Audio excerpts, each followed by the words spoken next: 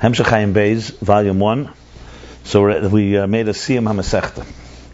We finished the first Masechta of Ayin Beis. And I say Masechta is because Ayin Beis consists of literally 144 discourses, plus a whole other volume that was never delivered and was only written. So you're talking about, I made an average estimate around 770,000 words. Ayin Beis is. And it's literally it's close to over 1,000 pages. Rabbi Rasha began delivering it Shavuos Tafresh Ayin Beis, which would be Shavuos 1912, and that's when we really began this whole effort here. A little before that, and now and he continued delivering it all the way to the last Shabbat, the last time he was in Lubavitch, which would be the end of 1915. After Tishrei, Tafresh Ayin Vav, which would be, let's say, October 1915, he left to Rostov because of the war had broken out.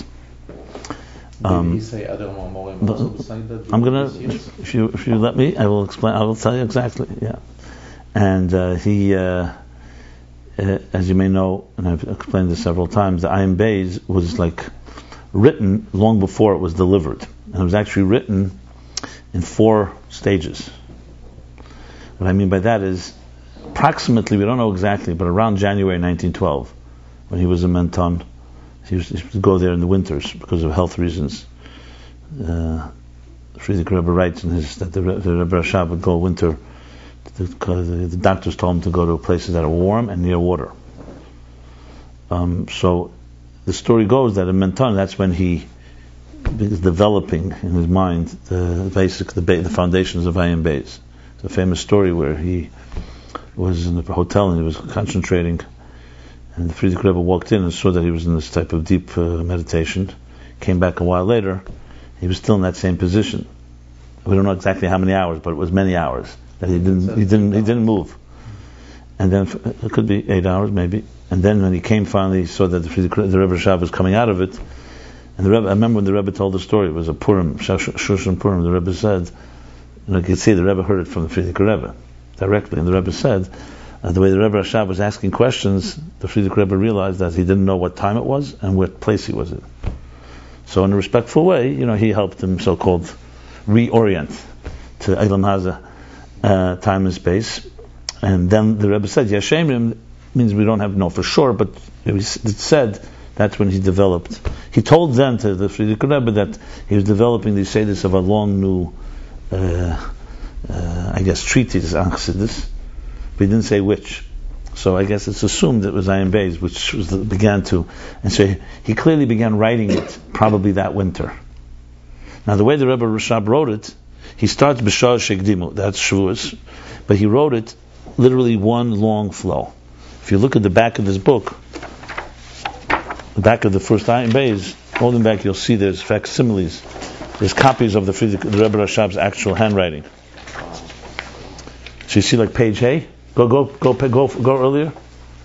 That's the beginning of the Hemshech. That's the Rebbe Rashab's own handwriting. Wow.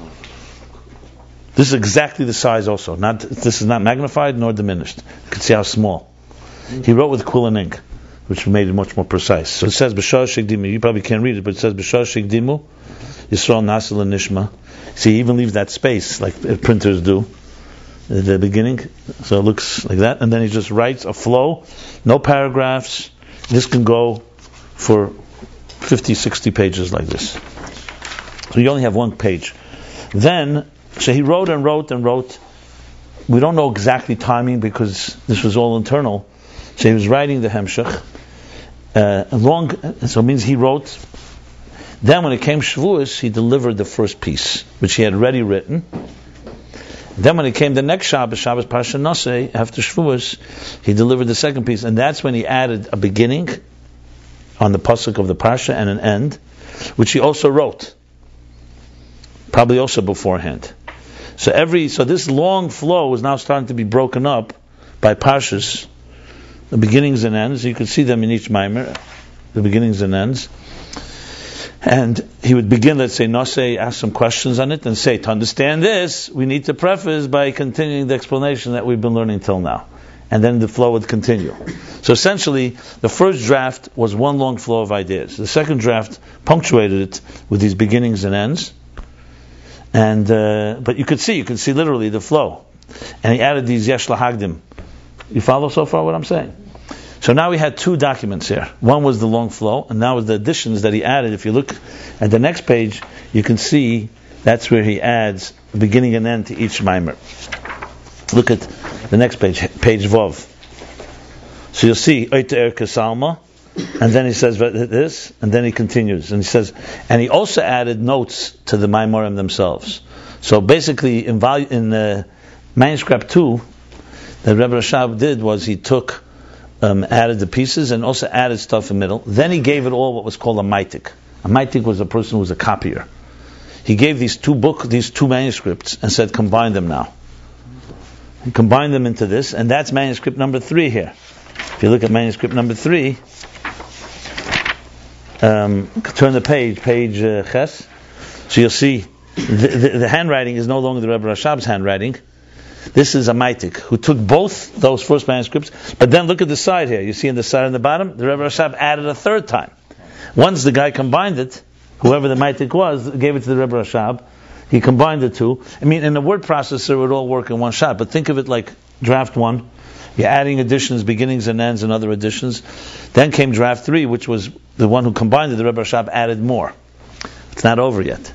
There's only Ayin Beis, no other hemshech. This also is the actual. Yeah, I think so. Look at the bottom. Does it say Geidel Makedi? What does it say? If it says Geidel Makedi? Doesn't say on this. Okay, it doesn't say. It probably is the actual size, if I look at it right. And then came a fourth bounce. Sometime, we don't know exactly when, already in the middle of the hemshech, it could have been 1913, 14, the Rebbe Rashab went back and added chapter numbers to the actual text now. And he added kitzurim and summaries.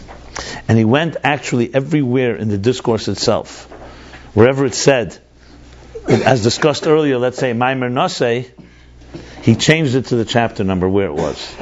Which you can imagine is a meticulous work. He literally changed hundreds and hundreds of the chapter numbers.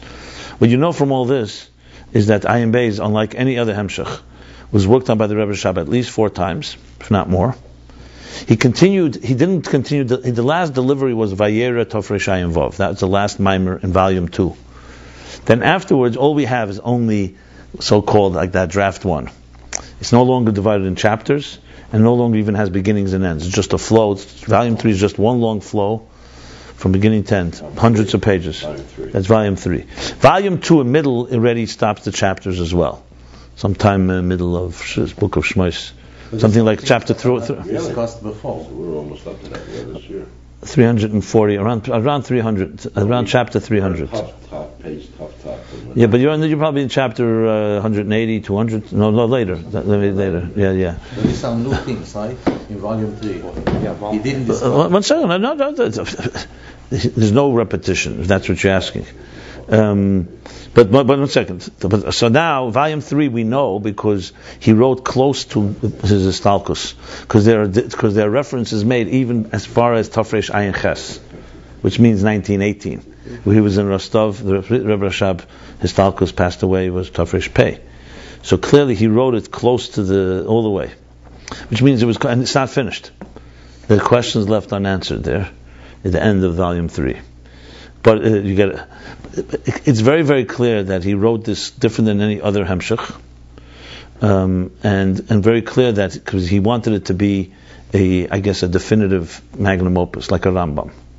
Because when you learn it, you see that the thoroughness and the length of it is like gathering all the concepts of Chassidus in the one long flow.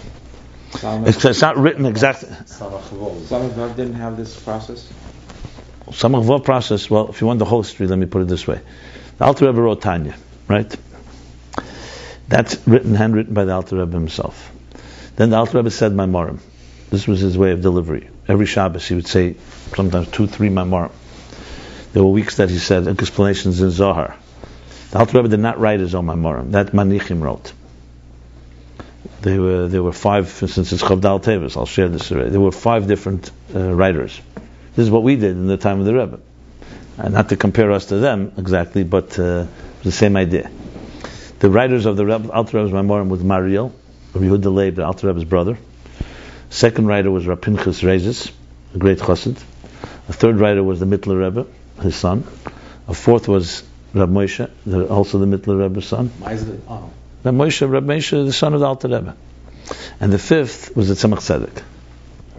So these are five. There are actually discourses where we have five versions, and they're very different because they all wrote it in different style, and you could tell which is like which because there's various different styles. Torah L'Kuta Torah that we have from the Alter Rebbe is what the Reb Tzemach Tzedek took. Mostly it's Hanachos from the Mariel. The Alter Rebbe's brother was the most precise to what was said. So I guess that was what was he was usually the preferred choice, if exact, to get almost similar to what the Rebbe. But Pinchas Reizes you don't have that much. Pinchas Reizes was also known for precision, those two. But the Torah mostly is Mariel.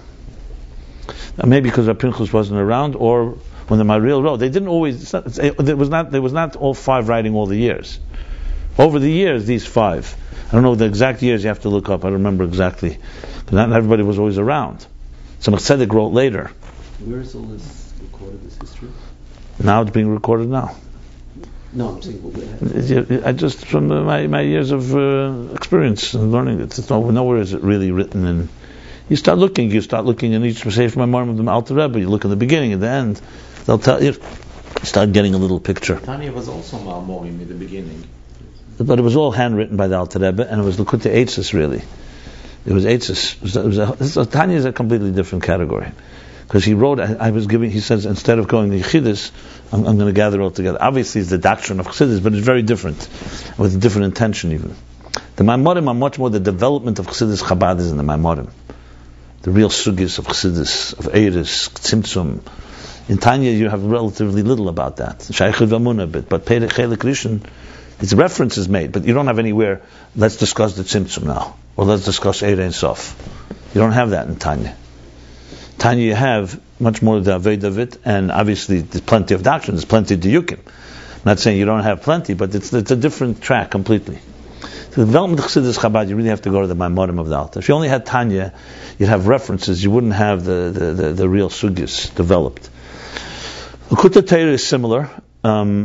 Sometimes, then there's what we have today, Mamori Admur HaZaken, is there where they start printing the other versions. You have the Mittler Rebbe's version, which is very elaborate. Mittler Rebbe's version is clearly not the language of the Alter Rebbe. Tzemach Tzedek says very often, this is not the language, it's only the content.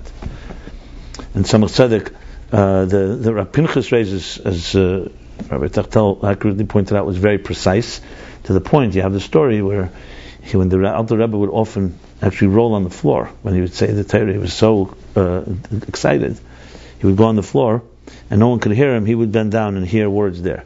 But I'll show you. But he was rolling with him, he would follow. But there's a mimer where the Rebbe Rashab points out, Tzemach Tzedek points out, that they couldn't hear the Alter Rebbe, so we don't have the end of the mimer, because he actually was so excited. So you only have till the middle of the mimer, and nobody heard it. There's a mimer printed. I could show you them. Which mimer? There's a mimer. Shir mimer. Where is it? Look at the Torah. Yeah, it says, and they try to deduce what could have been the ending based on other places, etc. So it's pretty fascinating. So that's Rav Pinchas. Then there's the Mittler Rebbe, as I said, Rav Moshe. You don't ask the Rebbe, what did you say? You missed it. We couldn't ask the Rebbe such questions. We didn't ask the Rebbe such questions. Well, he didn't. Whether he couldn't, maybe if he didn't. The Mittler Rebbe wanted that his sister the Alter Rebbe used to say Maimorim to her. Freda. So he was hiding under the desk. He would send her with questions to the Alter Rebbe, because he had a soft spot for her. The Alter Rebbe would answer, the Mittler Rebbe would listen in. Yeah. There were all kinds of tricks they used. Listen, the Rabbi Hillel hiding under tables. They have all kinds of stories like this.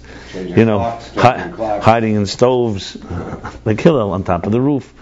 Yeah, you have constant stories like this. But directly, anyway.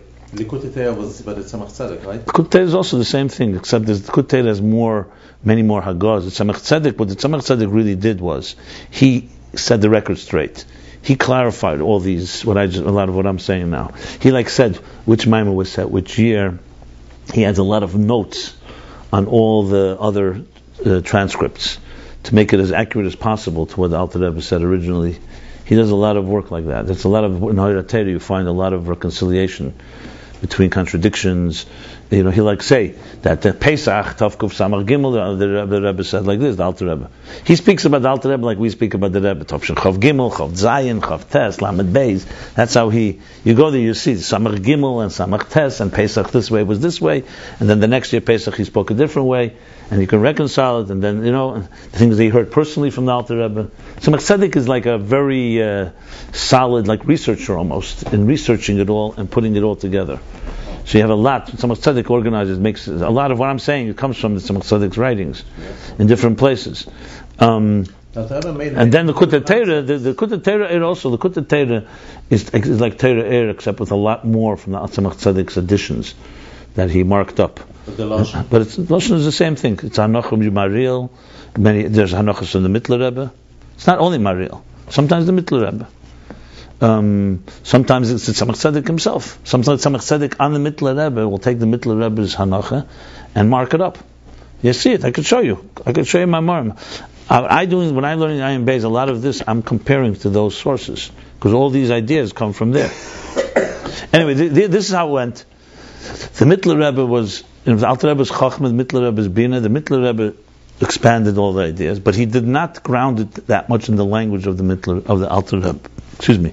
No, you could see Hanocha, the way it was written, let's say by the Maril or a Pinchas or Tzemach Tzedek, and then see how the Mittler Rebbe wrote it, and you could see it's the same ideas, but he could see his addition.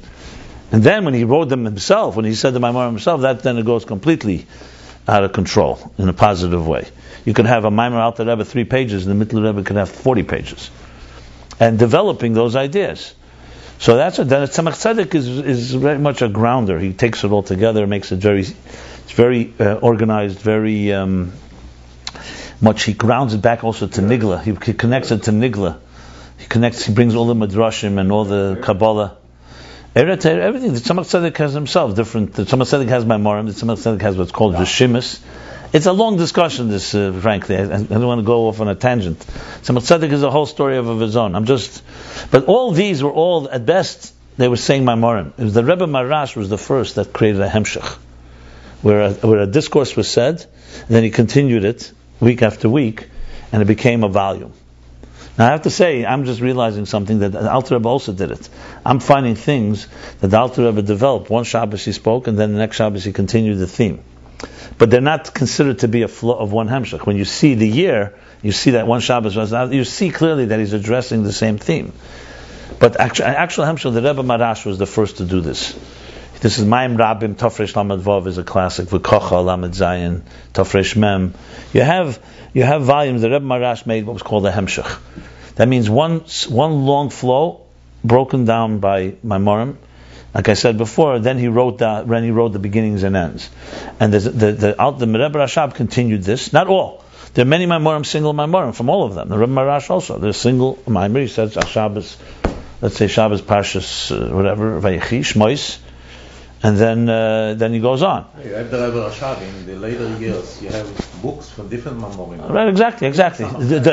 He has the Rebbe Marash has approximately 6 or 7 Hemshechim that I know of. Mayim Rabim, V'kocha, Matzazu, Yenusi, Chayav Adam, maybe another 1 or 2, 5 or 6. And the Rebbe Rashab has small Hemshechim. He has sometimes you'll find 5, 6 Maimorim, all one flow. Then you have a little more, 10, 15. Then come the big ones. Samach Vov was the first big one. That's 66 Maimorim, said from approximately 2.5 years. Rosh Hashanah Tafresh Samach Vov through the last Maimer there is Vayera Tafresh Samach Ches. You started to explain. So these are 66. From my base. I know, I'm getting there. 66 Maimorim. That when that was said, it was clearly considered to be magnum opus of its own. And then a few years later, just 4 years later, started Ayin Beis. And Ayin Beis overshadows Samach Vov in every possible way. First of all, it's more than double the size. I would say triple the size, actually. 600 pages.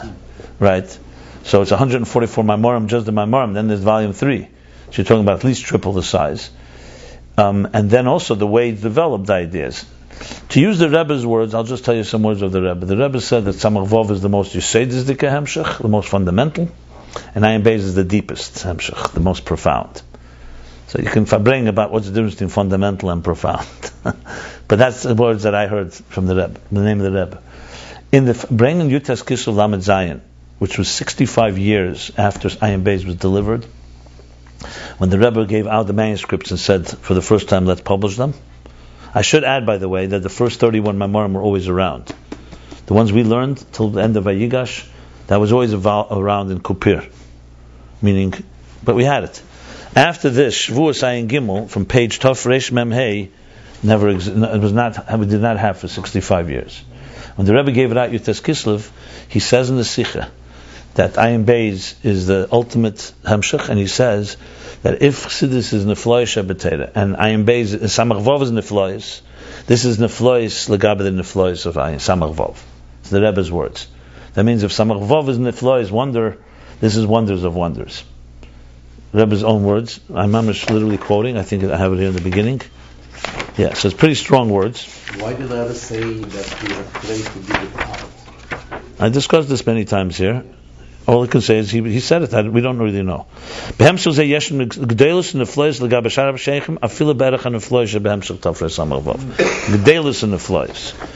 the Rebbe clearly said that it wasn't just because of financial reasons. It's clear that there was some. The Rebbe says there was a sakana involved. The Rebbe's words are. I have the Sikha printed here. He said, he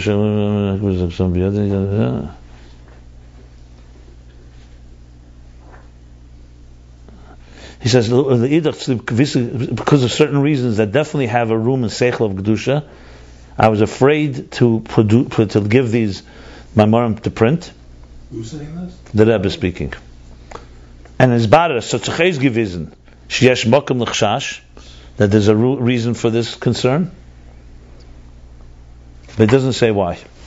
My explanation of it is based not. We can only speculate. But the only thing I compare it is Yutas Kislev. What was bothered in heaven that someone's spreading chassidus? I can see Xeda in heaven if people are misbehaving. There's lashon hara and machlekes. Someone, the Alter Rebbe wants to spread Torah mitamol. That's a problem. Since when is spreading Torah a problem? But clearly, it's because two things. The Gilui Chassidus, number one, is a taste of Mashiach. And when there's such a Gilui, there's a big hisnagdus, there's a big opposition, because the stakes are high. And number two, if Chassidus really was taught properly and learned properly, it transforms the world. So we're not talking about a minor matter here. We're talking about the Kesed Melech. They're talking about the special, most precious gem in the king's crown.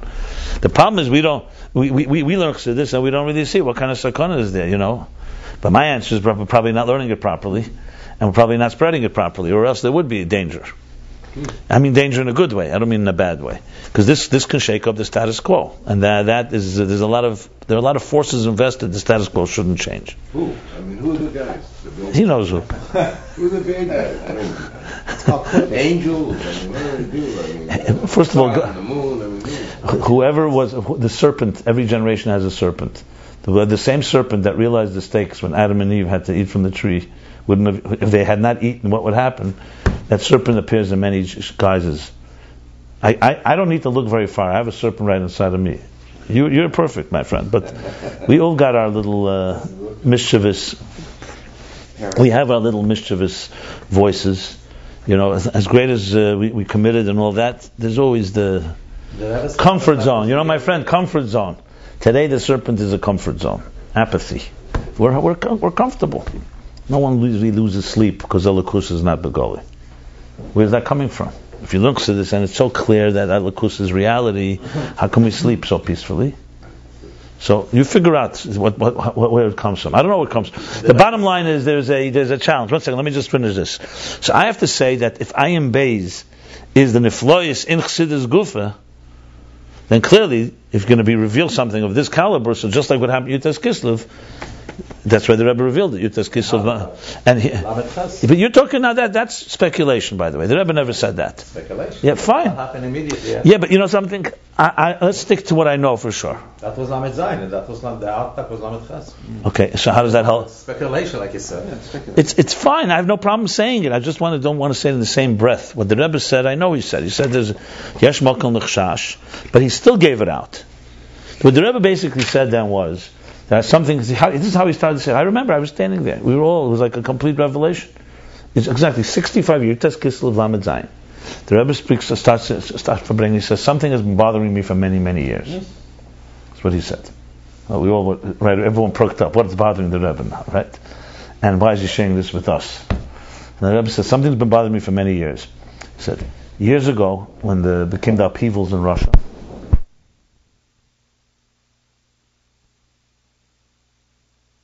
he says he gave me some of the manuscripts of his father, including the manuscript called Ayin Beis, the famous Hemshech Ayin Beis. We all knew about the Hemshech. Everyone knew the Hemshech existed. Because the Rebbe, from time to time, the Rebbe said Maimorim based on it. So we knew it from the Rebbe. But we didn't know the original. Anyway, the Rebbe said it would bother me. So he gave it to me. Now there's a din in halacha that if you give somebody a sefer to watch, you're not allowed to look into it. You're not allowed to have any hana from it. It's not yours. Except if the person you're giving it to is a Talmud Chacham. Because then you're assuming that he's going to look into it. Now the Rebbe said the following. He says, I'm not getting into now whether the person who you gave it to was a Talmud Chacham or not. But one thing he knew for sure, that if he gives it to me, it's not going to stay a secret. That I'm going to be mafashed. The Rebbe would say this often, that if the Shver told me a story, even if it was a secret, he knew that it was going to get out somewhere. That's how the Rebbe would often express himself. So the Rebbe said, so he knew that. So B'meila, so I always was bothered. I have this hemshech. I'll tell you what the Rebbe said. He said, before Eidim is Ovisin Vasen Ven, before anything would happen, I right away ran and made copies of it all. He says what we call today microfilm. Copies. The Rebbe said copies, actually. And that's what the Rebbe did. He says, because he didn't know if the Rebbe is going to want it back tomorrow, he won't have it. So he made copies of it all. That's what the Rebbe said. He's made copies of it all. And till this day, it remained with me, all the copies of it.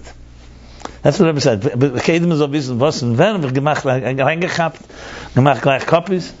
Anyway, so the Rebbe said, so it's in my possession all these years. And I have it, and it's bothering me. How come it's not going on? On the other hand, the Shveri never said it should be printed. And clearly it wasn't just for financial reasons. That's what the Rebbe, what I just read. Because there was some concern. And it came out to appear that the Yesh Malkum, there was a reason for a concern. No one knows till this day what that means.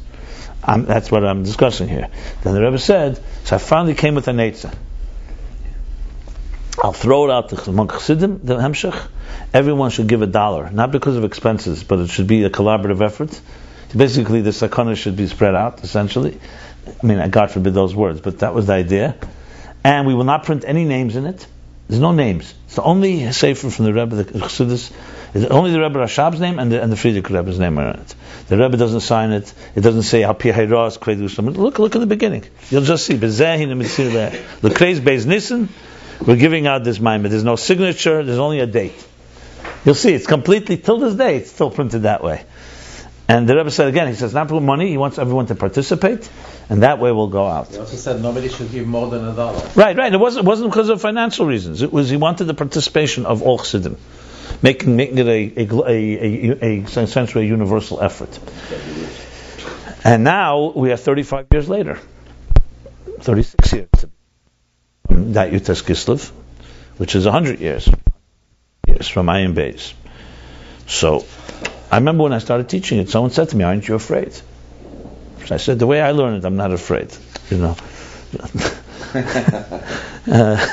because as I said, I have a nice little mischievous serpent that balances things out, so things shouldn't get out of control. So, but on the other hand. Anyway, I'm afraid, God forbid, you learn Chassidus. I'm not concerned about that. The Rebbe Zachrayis, now he gave it out. I've got no problems at all, from my point of view. So that's where we are. Now, so Ayin Beis, how I would compare Ayin Beis Samach Vov. So 100 years after Samach Vov, like 6 years ago, I wrote a whole summary of Samach Vov. I didn't learn it every chapter. I want to do that at some point, but go back. But Samach Vov, if you want me to give you my overview, I can give you my overview. Samach Vav and Ayin Beis are very complementary, clearly. They complement each other. Samach Vav is does not have the Ayin Beis breath for sure, because you see there, I mean the 60, what did I say, 66 or 61 mamar? No, my mistake, 61 mamar. 61 mamar. Look, it's hard to compare because Samach Vav, trust me, is quite deep and profound and impossible to master. But here, there's a development of ideas that are just endless.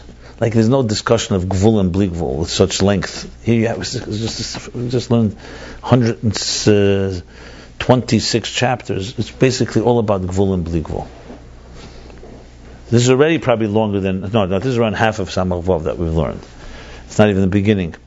There's no such length of development. That's number one. More fundamentally, Samach Vav, the way I would see it is, there's like two kavim that Chassidus takes, and Samach Vav takes the kav, what's called two paths. It's called the kav of, let's use the word from Samach Vav, is ben shanasa eved. That's a big theme there. The son that becomes a servant. The son being someone who is close to the father, yet he serves him like with awe of a servant, distance. So there, the big focus in Samach Vav is Aveda B'Kei Chatzmei, the Haravanya, Kabbalah Seil, how a person through his own exertion and self-initiated effort breaks through all the darknesses and reaches the Etzem. It's very Mamata L'mayla, like Tefillah is the main kav, the main work there. Not that there isn't overlap with other, but the big focus there is how you break out of your structure to reach that which is beyond structure. And Ayin Beis is the other way around. It's Evet Shenasa Ben, meaning how someone who's distant comes close. Here it talks far more how Alakus manifests inside of you, how your individuality gets united with God, how spheres have seer, how spheres have structure. There the focus is spheres have no structure. Now it's not a contradiction. There the focus is more in the reaching the bli gvul of everything through your effort, and here it's bringing the bli gvul into gvul. That would be to me the main key difference. But it's not a difference because if you don't learn Ayin Beis unless you learn Samach Vav. So you can't jump to this. If you really learn it properly, once you do that work, then this works. So this is, if that's more tefillah, this is more Torah. So you'll see Torah bringing it down into wisdom. Here there's a lot about Chabad, how Seichel becomes a keli for higher than Seichel. It's very much about manifest. That's the struggle here of how that, this is like a summary of everything we learned. How do you unite finite and infinite? So here's a lot of discussion how in the infinite there's the finite and how in the finite there's the infinite and where they meet, and how the mind and the unconscious mind become the interface. This is also a book of interfaces. Samach Vav I would not call interface. Samach Vav is much more about how to reach the Etzem through our work below. That's the key. So it's not that they complement each other. It's not a matter of different shittas. It's different approaches. I've heard from Chassidim, early Chassidim who heard them from the Rebbe Rashab, that Samach Vav went according to the shitta. There's two opinions in Kabbalah about the Pnimi, the eminent energy. Does it have particles? Does it have Chesed Gvura in it? Or does it only acquire Chesed and Gvura like a colorless liquid that enters a tinted glass? That's one opinion. And there's another opinion that the energy itself, the Eir itself, also has Chesed and Gvura, except it's amorphous. Samach Vav goes according to opinion one, the former opinion, and Ayin Beis. Clearly, he says many times, Lefi hashita b'drush zeh, he'll say according to the opinion in this drush, you see clearly that Rebbe Rashab here is. So there, right there, you have it. One is trying to talk about how we go out of our tzir, how you focus more on the bli gvul of everything, and this is focused far more how you internalize it. So it's really the two. But you see here, in Ayin Beis too, we learned tefillah and Torah. We learned about going upward and coming down.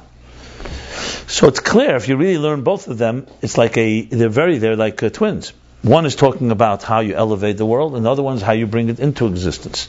There's no expression that says, Alts is Gott and Gott is Alts. Everything is God and God is everything. It's not the same meaning. It's not just synonymous. You say Alts is Gott, is you're talking here that it's in within Alts. And Gott is Alts is more that God encompasses everything, as opposed to everything is godliness. It's a similar type of idea. So to have the full picture, you need to have both. When we daven, it's much more in elevating and reaching into going out of ourselves. And Torah is understanding it. Like he says here, we just learned, Ratzon comes into Tam. It's a whole discussion here where Ratzon meets Tam. When we do a mitzvah, is it because God desires it or because God explained it? Is it for the reason that the mitzvah is given, or we do it for the... And we see both. The Torah doesn't just say do a mitzvah. Many mitzvahs are associated with a reason. So God gave us a reason. So the question is, what's going on here? So he explains here in a very subtle way that fundamentally it's a desire that's above reason. But that itself manifests itself in a reason, and even when it's in a reason, it still retains its so-called Ratzon personality. And how you bridge it to is a key element in the whole thing.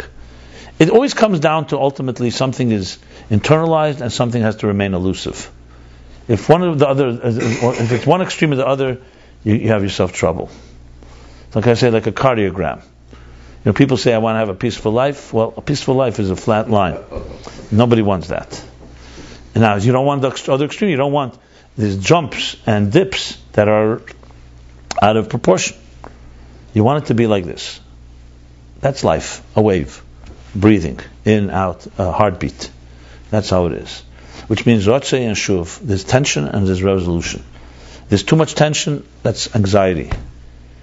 There's too much resolution, that's animal bliss, comforts. And you need to have this balance. And very much, that's like the tension between Gvul and Bli Gvul. So we live in a world of Gvul, and we're trying to access Bli Gvul. Now the interesting thing is, you don't remain like this, a wave like this, you're constantly growing. So think of it as a wave that's also elevating. So what today is tension and resolution shouldn't be the tension and resolution a year from now. Those things, what today's tension should be by then, should be tomorrow resolution, and you should have new levels of tension. That's the real process.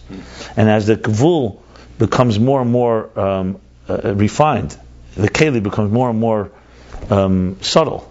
It becomes a container for more and more of the air. But there comes a point where all this reaches the Bli Gvul. Where we are right now, where he's discussing now, is really, we finished 3 things essentially in desire. I'll sum up where we are right now. And I've been doing this, trying to compare it to all the previous chapters, because this... So as you know, to bring this all back to where we are,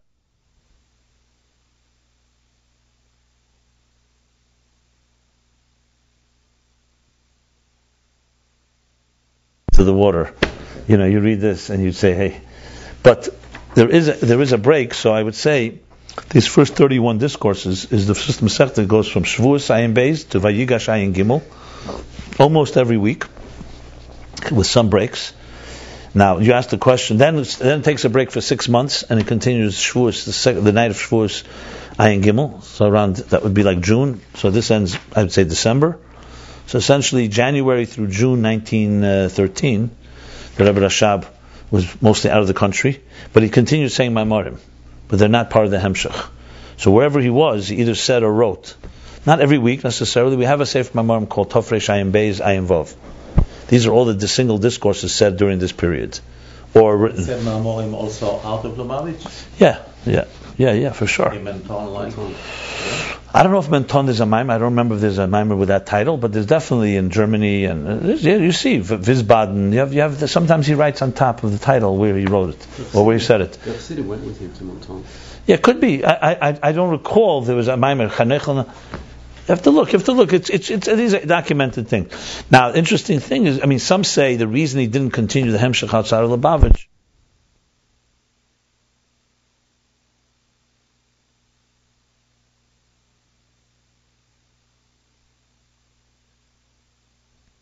That's the technical.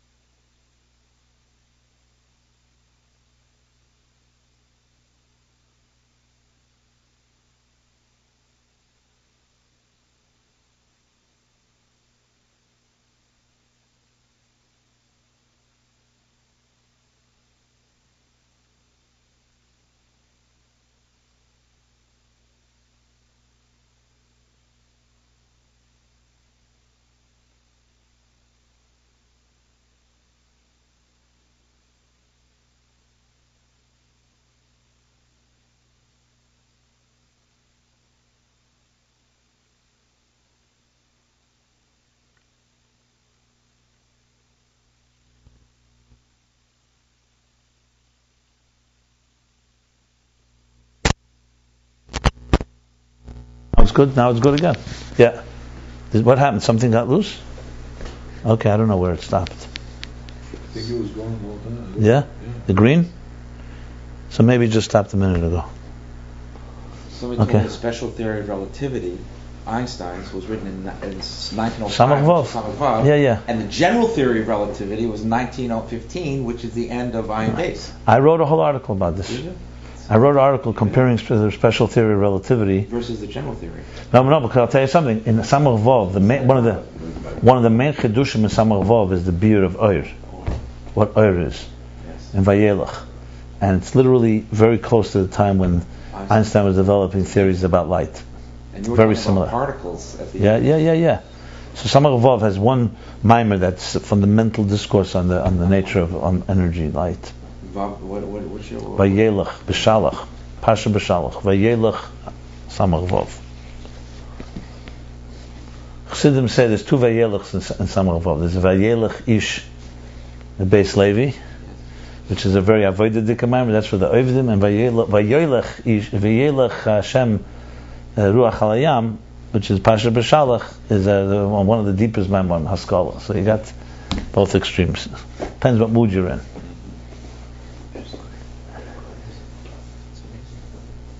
If you're feeling guilty, read the first Vayelach. If you're feeling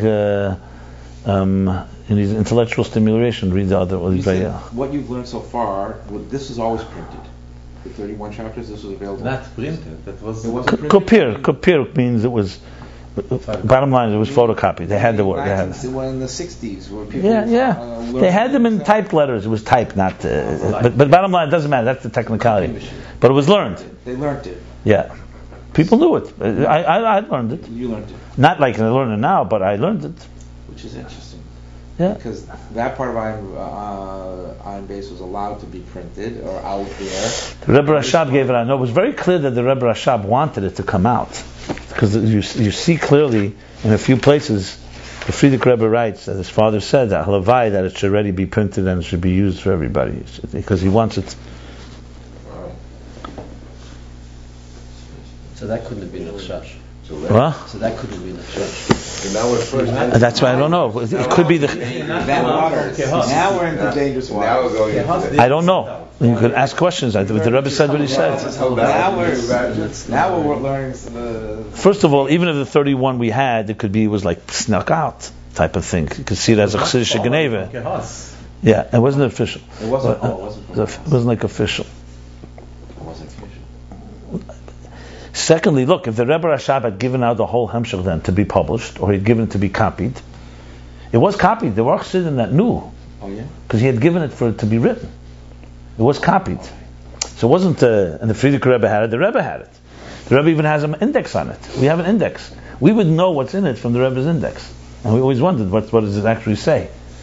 And then one year, the Rebbe in the 60s, the Rebbe gave out Padav Shalom, Tafresh Ayin Hey, one discourse from later was printed. And we knew that the Rebbe was chazering Maimarim from there. The ideas were being shared, but you didn't have it. You can explain this, you can go 1,000 ways to explain it. I don't really care. You could also say the Rebbe saw Hashgacha Pratis. The fact that it wasn't printed all these years means there must be something holding it up. And so the Rebbe sensed that there was something. There could be that. Had it been. It would have printed, was printed. So when was it first printed? Let's put it this way. The good news is that we have it now. Right. That means whatever reason was not printed, now that reason is gone. And now we have the ability to bring the flois into the world and change the world. That's the bottom line message. It's because we have to think what we do have. I mean, what the reason why not? We'll never really fully know. Like, do I really know what happened in heaven when Yutas Kislev? Well, who knows? But clearly there was look, Yutas Kislev, the Rebbe, Frierdiker Rebbe says these words. The Rebbe Rashab, I'm sorry.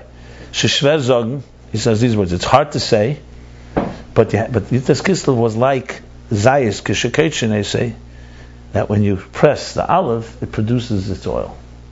He says it's hard for me to say this because they're talking about the Alter Rebbe, but when he was pressed, he produced the oil. Yutas Kislev, in other words, his Agmas Nefesh, being in prison, pressed him to produce Chassidus. So you have to say the same thing with Ayin Beis. Whatever was the resistance has produced something that's far on another level, another dimension. That clear what's going on here. So to go back to this discussion here, so what he basically, where we're up to right now, he's concluded that there are three definitions in. Well, let me have to sum it up before I say the three. He broke everything down into three levels. There's gvul, there's the structure of existence. But we're not talking about the structure of existence, we're talking about the energy that manifests in the structure. So there's a divine energy that identifies with and crafts and shapes the world as we know it. That's Pnimi, correct. That has a root all the way before the Tzimtzum to what is called the 10 hidden spheres. Sheirish Pnimi. What does that mean? That God, who wanted to have a structured existence, emanated an energy that would work and be tailored to the structure. So the air would have in it chesed and gvura, and just like the containers themselves are defined by structure, the energy too would be tailored toward that structure. The example for it in the human being is the faculties. The power of vision enters your eye, the power of sight, of sound enters your ear. Every part of your body is a container to what? To an energy. So there's Kalim, and there's the air Pnimi, which is commensurate and tailored to the containers. That's energy number one. There's a second level of energy called Eir HaBligvul. Eir HaBligvul is, its inyan is not, let's say, lahoyer ala elamis. This is not to radiate and to structure existence. It's not the paintbrush that makes the details and the fine details of the painting of existence. Now you're talking more a type of revelation from an artist himself. Gilei ha'etzem. What is the artist like? What is God like? So God could have created a world where you just have a piece of art, it's beautiful, and clearly indicates that there's an artist. You may even learn some things about the artist, but not really on his terms. You'll learn about what the artist put into his creation. It would be like looking at a craftsman at a beautiful pottery and knowing that the potter is a great artist. But what do you really know about the potter? So there's another gili that comes, it's a second track, a separate track called Eir HaBligvul. Eir HaBligvul is essentially a reflection of the source. So the source is now also manifesting, he wants to be known in his personality. Not just what he invested in the creation. He wants you to know what he's like. In other words, he wants the Eir HaGvul, which is in the Kelim HaGvul, to recognize and understand this Eir HaBligvul. Take away the Eir HaBligvul, you'd never have a manifestation of the divine. It would remain completely beyond our capacity. Yeah, we could extrapolate, but you'd hit a ceiling. You would not be able to enter. If you only had Eir HaBligvul, you wouldn't have a structured existence. More importantly, you wouldn't need Eir HaBligvul. What does God need? God doesn't need air. So even the Eir HaBligvul is also, as we will learn later, also ultimately to elevate existence, but its role is not to structure existence, it's to actually give existence a taste of what is beyond existence. So right there's two manifestations. So far so good. So comes number 3. The second one breaks into two parts. Because you have here a philosophical dilemma. Philosophical dilemma is, where shall the twain meet? What are we talking? If it's the energy that's in existence, so that's commensurate, fine. If it's energy beyond existence, in a way it contradicts the energy within existence. Because the energy within existence, were it to be shining in the presence of the energy beyond existence, it would pale in comparison, it would disappear. This is why there was a Tzimtzum. Because before the Tzimtzum, God had all these tracks. They were all possibly there. But what dominated there was a presence of divine presence, like the words of the Eitz Chaim, Erein Sof Mal Kol HaMetzias. So what is the Tzimtzum? The Tzimtzum essentially separates and says, this Bligvul energy, for now we shall keep you covered from the full energy. It would basically be, think of the artist who has infinite ways of creating art, and he can't confine himself, he can't contain himself. So he just he won't create any art. There has to be a tzimtzum that says, you know what, all these infinite powers you have, and all your personality, which is infinite, has to be somewhat kept silent right now, so we can have a paintbrush that will come and create one piece of art called Esespheres, Chachma, Bina, and so on. So it's rooted in the Bligvul, but the Bligvul has to be somewhat subdued. That's called the Tzimtzum Harishon. Now, as I've said many times, you could say, well, God could have done it without that. Yeah, but if God does anything without all this, then basically the structure and logic that we have would never be able to relate to it. So let's put it this way. In an interesting way, what I just said now is that even Eir and Sof Lifnei HaTzimtzum, this all-encompassing energy, is also a necessity in the process of creation, not because God needs it, not because God is everywhere. Like people make mistake, they think Tzimtzum means since God is everywhere, okay, nothing could exist when God is everywhere, so he has to conceal himself. That's not accurate. As the Rebbe explains, and the Chassidus, the Tzimtzum never happens in Atzmus. Atzmus could be everywhere and nowhere at the same time. He doesn't have to conceal himself to not be felt. Atzmus right now was never impacted by the Tzimtzum, God forbid. There are the four opinions the Rebbe brings about Tzimtzum Kipshute. One that holds that it was literal. One that holds it was literal in the light, in the energy, but not in Atzmus. One that holds it's literal but also in Atzmus. One that holds it's not literal but also in Atzmus, and one that holds it's not literal and only in the lowest levels of energy, which is the Shit of Chabad. There's a letter from the Rebbe in 1939 about this. How could be literal in Atzmus? Who says there's questions? The Rebbe says there's no question like this. In Atzmus there's no shilas. You can do whatever you want. What Shita is? So I just told you. So there's no shilas. The Rebbe says this is the Shittas Agra, what I just said. Really? This is the Shittas the Alter Rebbe negates in Perek Zayin, chapter 7, Shayachid V'Amunah. But it's another discussion. I'm only bringing it here for a reason. So when people say God's presence is so dominant, that's why he needs a tzimtzum, that's not accurate. God's presence is so beyond Gili and Helam that he can be and not be at the same time. So you can have Atzmus here and doesn't need a tzimtzum for us not to feel him, because there's no concealing him, because there's nothing revealed about him. It's beyond revelation. So what's going on? So what's the tzimtzum necessary for? Not because God needs it. It's because for us to be able to recreate and to retrace the steps, we need to have everything. We need to have an energy that fits us, but we need to have an energy that's beyond us, that we're reaching toward. But if that energy beyond us would be revealed, the energy that fits us wouldn't be able to emerge. So essentially, even the deepest levels of Eir are not for Atzmus, they're for us. But their inyan is Gilei Etzem. Not Etzem, Gilei Etzem. But you can't get Gilei Etzem unless you have a Tzimtzum that conceals it. You create the rungs and steps. We enter into that world. Then you can get to Gilei Etzem all the way to the Etzem itself. So really, you're dealing here with his... so now, to go back to the two levels in Bligvul. So now, as I said, it's a presenting dilemma. It's very nice to say, okay, there's energy that enters into the structure, and there's energy beyond the structure. But how do these two meet? For creation purposes, the latter one has to be concealed. Because if you have the infinite energy everywhere, you're not going to have anything emerging on our terms. Again, even God could do also that, but that would be completely. I'm not talking about Atzmus. God could even make that even a level that is existence. It would be like magic, but that would be like magic. It wouldn't be any way we couldn't relate to it. So fine, we understand that, but let's not work our way backwards. Mamat l'mayla. Now that we from the structure start climbing the ladder, and we learn Torah, and we do mitzvahs, and you do avodah, and you refine the containers, and you're able to receive more energy. But at some point, how do you jump to Bligvul? At the end of the day, you are a structure. A good question, right? A critical question. Because so what does it help us to know there's Gilim in Etzem? Very nice, okay. I said before we need it because we'll never know what God is. But how could that ever enter into us? If it enters into us, we cease to be us. So we have a dilemma here. It's Tzimtzum. You said that the answer is the Tzimtzum. But the Tzimtzum allows us to be us, but then the Tzimtzum is concealing that.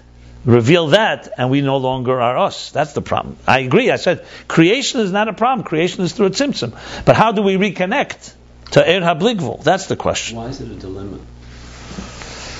Because if it's talking in the world of logic, it doesn't seem to be logically possible. Yeah, well, that's obvious, and that's the answer, isn't it? But that's not the answer. No, that's not the answer. That's what we learn here. There's a lot of chapters that does not answer that. The answer is like this.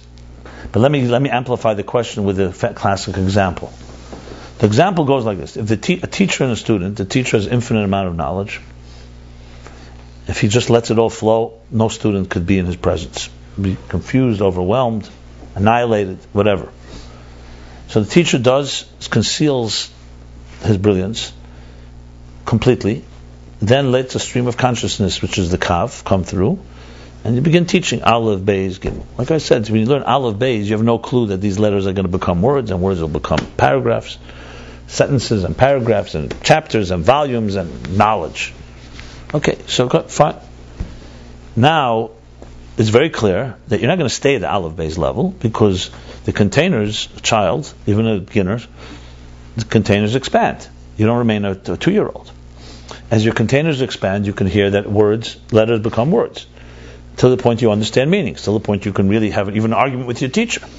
Till the point, as Chassidus says, Samach Vov, he says right in the beginning, that the student becomes so refined he can understand exactly the idea as it was originally in the teacher, which if it was revealed that it initially would never have allowed him to be him. That's not a contradiction. Why? Because he's become acclimated. Because he's a keli for seichel. He's a keli, except he's a small keli. She can't pour into a little cup gallons and whatever, such volume. The container expands. You could. Okay, then it says even more. Not only can you reach your teacher, you can become even greater than your teacher, which happens. Well, how is that possible? Because the containers have expanded and he's gone beyond. But all this is fine and good when the teacher and student are both finite. It's just a matter of how far they are. So it could be a very beginner student, and here's the teacher. But they're talking about seichel. The student didn't begin without seichel. There's also just minimal seichel. So you're dealing with a common denominator. The problem here is elokus is a completely different quality. So the example works to some extent, but you're going to have one place where it doesn't work.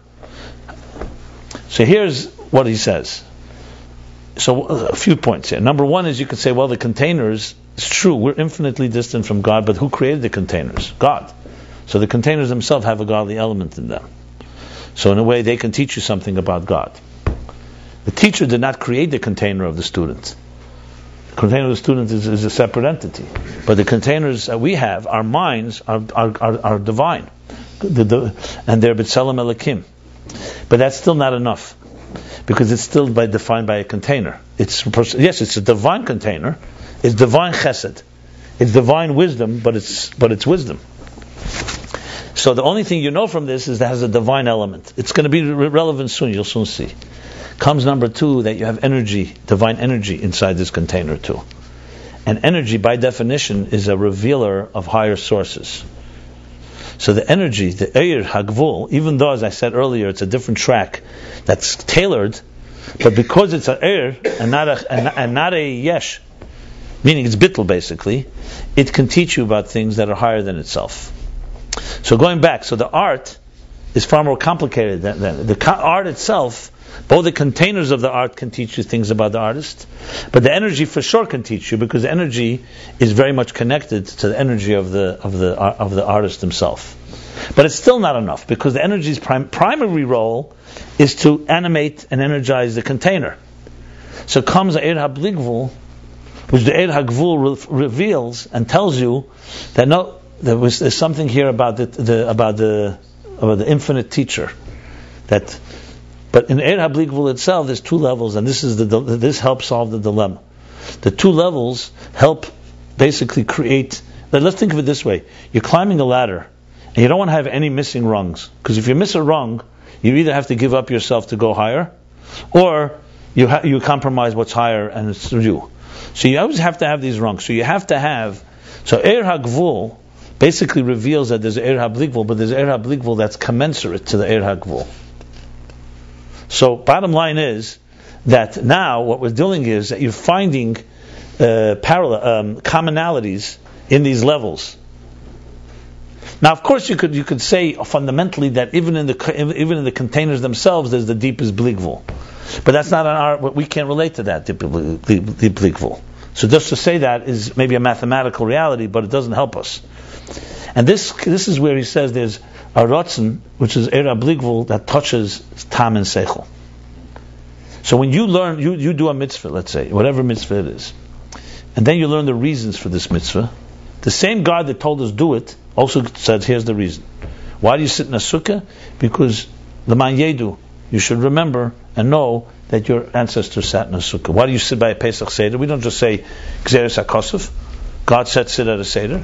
We tell our children, as we read the whole Haggadah, that once we were in Mitzrayim and we were saved and we were freed, and because we were freed, this is what we do. Every mitzvah has a reason. Yet, as he explained in this chapter, a very fundamental chapter, is it the reason if someone says to you, so are we doing it because we were in Mitzrayim, or are we doing it because God wants us to do it? The answer is you're doing it because God wants. But God wants, you should also understand it.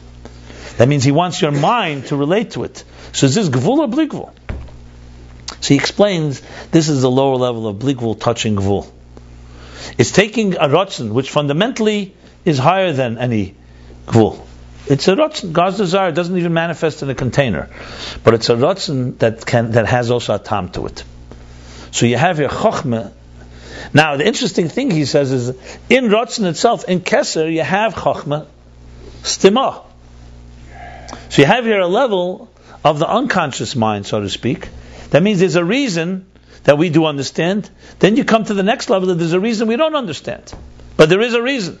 There's a divine reason for it. And then comes the higher level in bli gvul, where there's no reason at all. It's beyond reason. It's pure desire. So basically, he explains therefore now that I said there's two tracks: the er hagvul, that's the finite energy in the containers. The infinite energy has a level that is more commensurate to the finite, like the ratzon that connects to a conscious reason.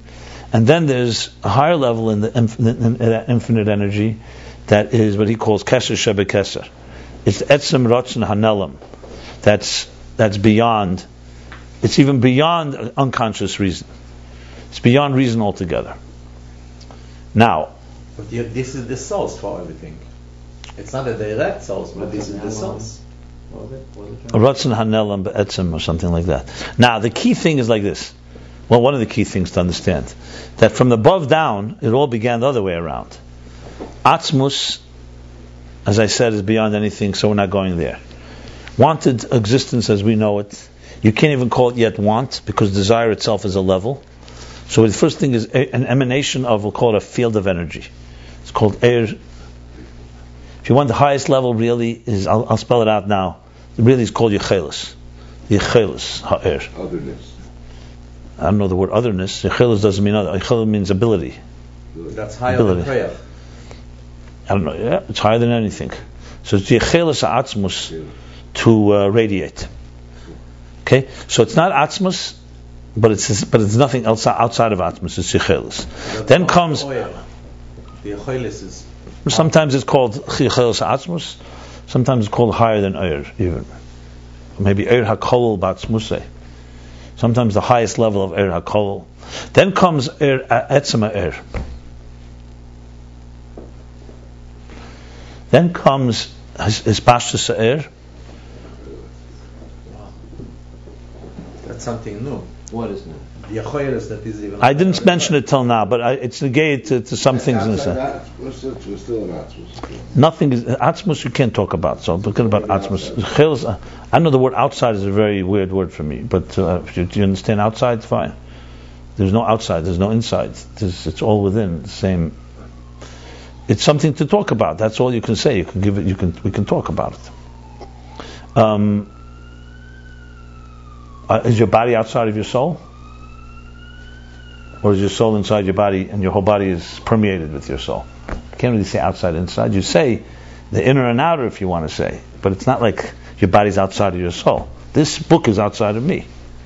But so when you say God fills the entire space of existence. You mean to say this is a reflection of Atzmus, the Yechelis. It's just a reflection, of course. Everything's a reflection, but it's the closest thing. Basically, it's where Atzmus meets. It would built to be Metzias Nimtza meets Metzias Nimtza, if you want real accurate language. But that's not for now. I don't want to go there right now. That's a whole different discussion. This is not Atzmus. What you said always Atzmus. This the Yechelis. I don't know. You answered the Yechelis Atzmus, but anyway, the next comes Etzema Eir.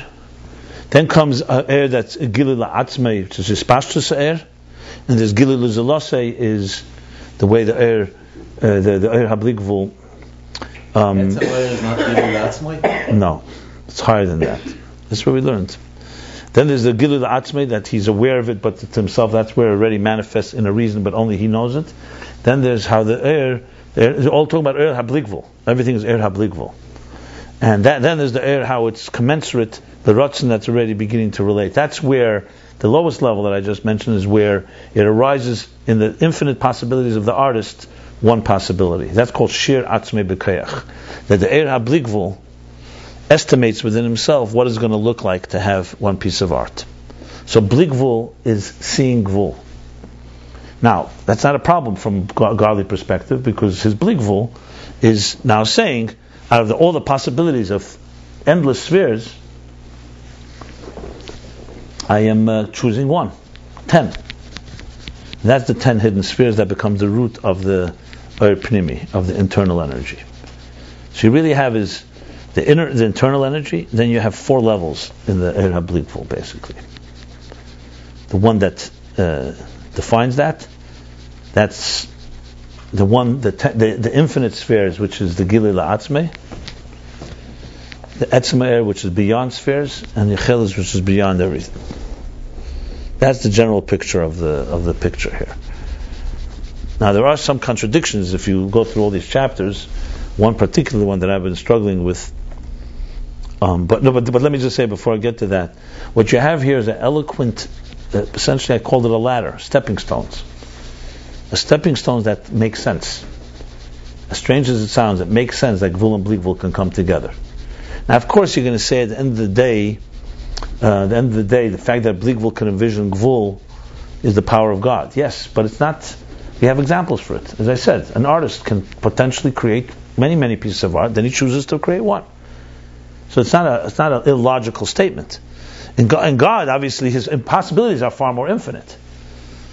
But the idea, really, it comes down to tell us is that Gvul is not really completely Gvul, and Bligvul is not completely Bligvul, if you really want. But at the same time, we begin with our structure. Because it all comes down to, can we contain it all and not be annihilated? Based on this picture, yes, you could. You could contain it all, because there's always a place, somewhere there's a place for your structure, but you have to be refined enough to enter there. Now obviously, if your containers are not refined, you're not going to go very far. If your yesh is dominant, you're not getting into any of these doors. So obviously a big factor here is bittul. But it's a bittul that's not destroying you, it's a bittul that enhances you. That's essentially the picture that he's spelled out here. Obviously, there's so much more to be said. I'm summing it up in simple words here. Any questions? Yechelis and Koyach, I know I asked that, but that's not clear to me. Is the same level? No. Yechelis is before, higher. Yechelis is the highest that you can speak about. Yechelis ha'atzmos. Koyach by definition means faculty. Yechelis means ability. Yechelis is like God is able to do anything, so He's able to give light. Koyach would already mean that you're already speaking about a defined faculty. Koyach is definitely lower. Koyach may be even lower than everything I've described, maybe even after the symptom. But there's always a Koyach ha'er. In this context, Yechelis is the highest. Yechelis, Etzem, Gilui L'Atzmai is Sfiras Ein Ketz, Gilui Zlos is where he begins to envision. Yeah, it's the Ratzon. When you say Etzem, you mean Etzem or at that point? Yeah, Etzem Eir. Etzem Eir is essentially, it's not mathematical, as I said. These levels are each more refined than the next. In each level, the pshittus, their shapelessness is different than the one before. You have to always remember that. It's not just mathematically figured 4 levels. They are 4 fundamentally different levels in Aveda, in everything possible. It's a process. In the level of seamlessness.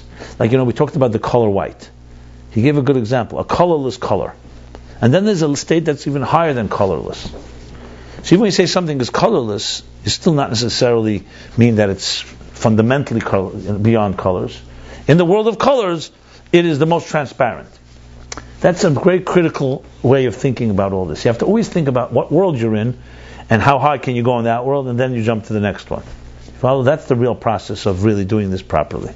It's a method. It's a method of refined thinking, where you're slowly abstracting till you'll be able to come to the next dimension.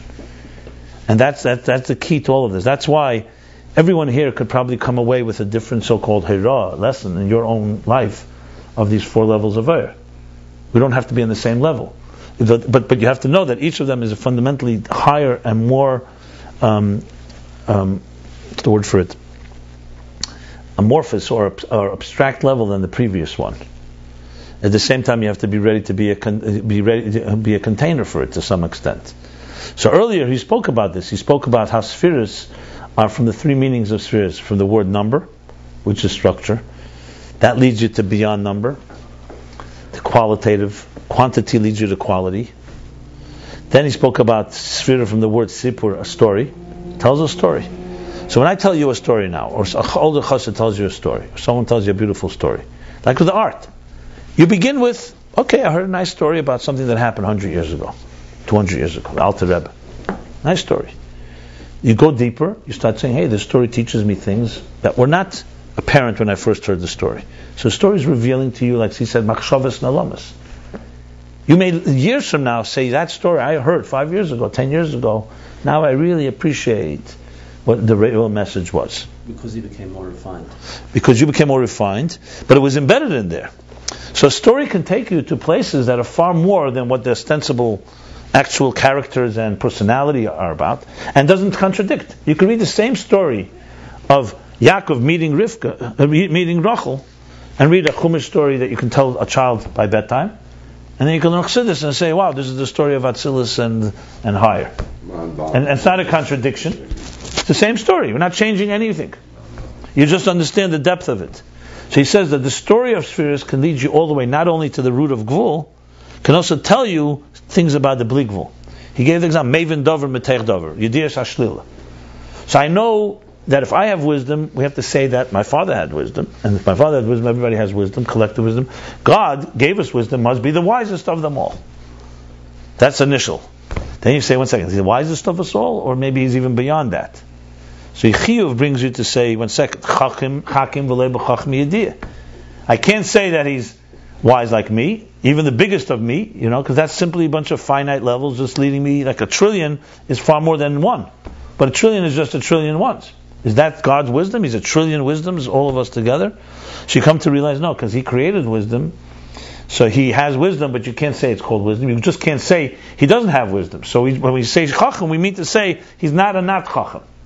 That's what you're saying. You're being Sheil, the Hepech of Chachma. So then that's called Yediyas HaShlila. And you could, through extrapolation, come to some appreciation and say, okay, if the finite world, let's say, is defined by mortality, and things erode and die, then there's something that's immortal. Now, have I seen something immortal? Not necessarily. But then you get a taste of it. You look at an ocean. You look at the sun and the moon. You look at certain things that don't die. So you have a little taste. There's examples he gives. So, Shamayim Mesaprim. Heavens tell the story. You look at the heavens, they tell you a story more than just about heaven. They tell you a story of immortality a bit. Because God wanted us to have an example of it. Now, how far can you go? You can go pretty far, but you're only going to go as far as your mind is going to take you. You can't go beyond your mind because it is your mind.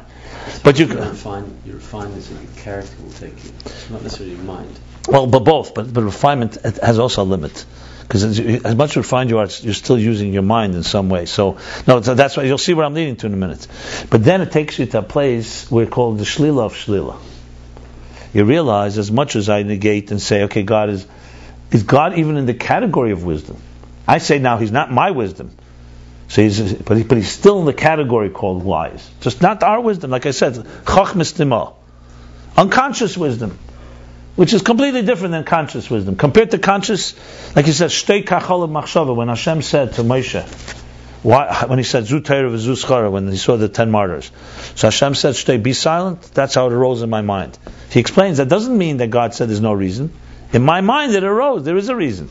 You will never get it because you're a human being. Okay, is that the highest? He says no.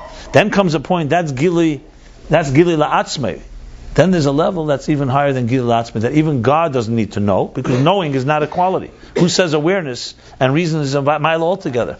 So you come to understand there's a level where reasoning is not, who says, we think, okay, we need a reason, God is beyond our reason.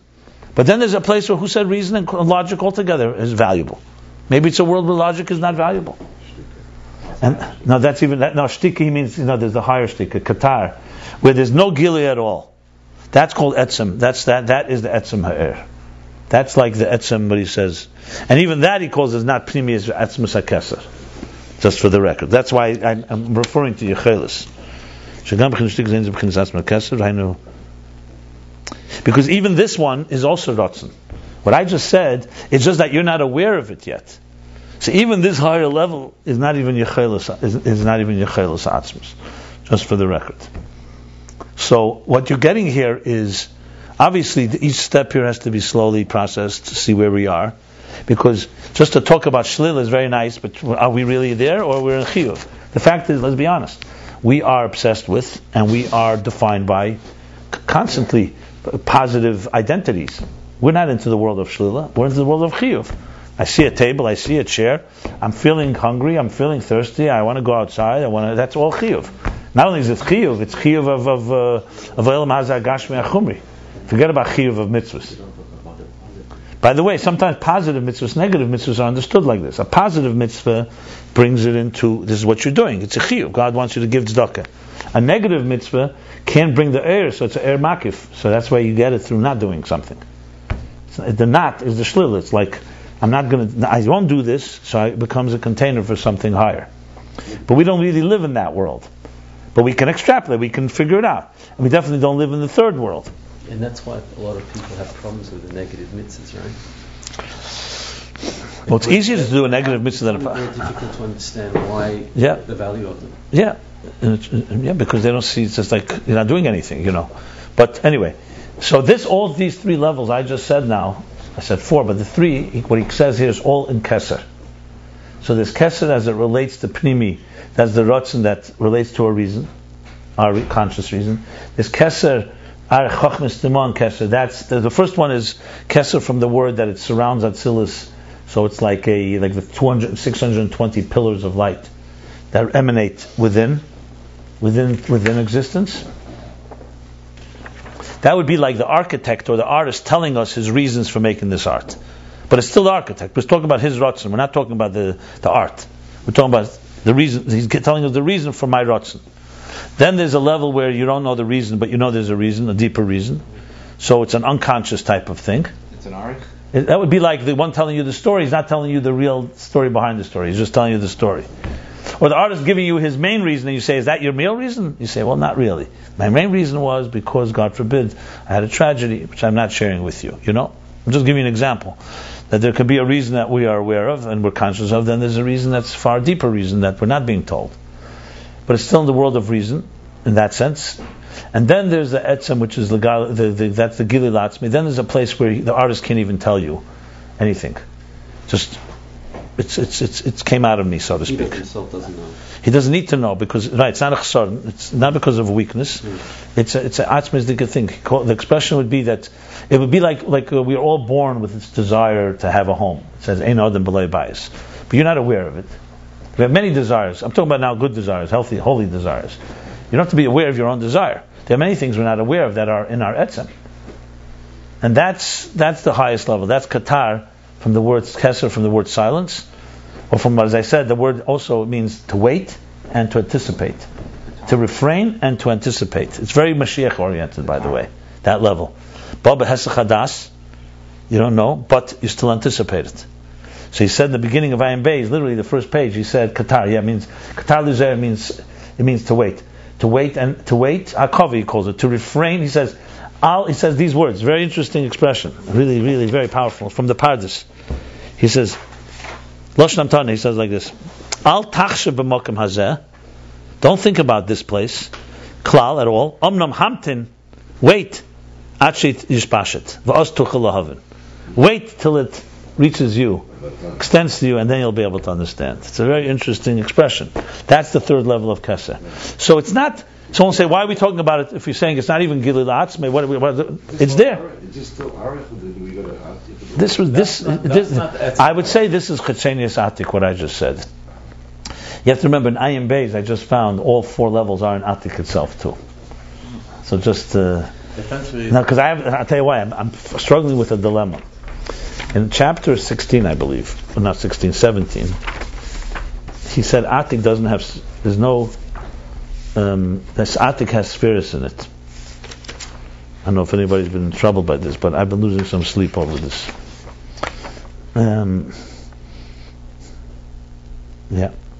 In chapter 15, rather, he says Atik has spheres. And here he was saying Atik has no spheres because it's Haid. And Haid is beyond spheres. So we got ourselves a question on the table, a real question, because it's really contradiction here. So the only answer I have is that you have to say there's levels in Atik. But the dilemmas were saying that too based on what he said there. So I'm just throwing it out there. We'll discuss it maybe next time. But tying all this up together, trying to reconcile it all. So there's a whole chapter in 15, it's a very deep chapter about Atik, higher than the spheres. Not higher, rather it has spheres. So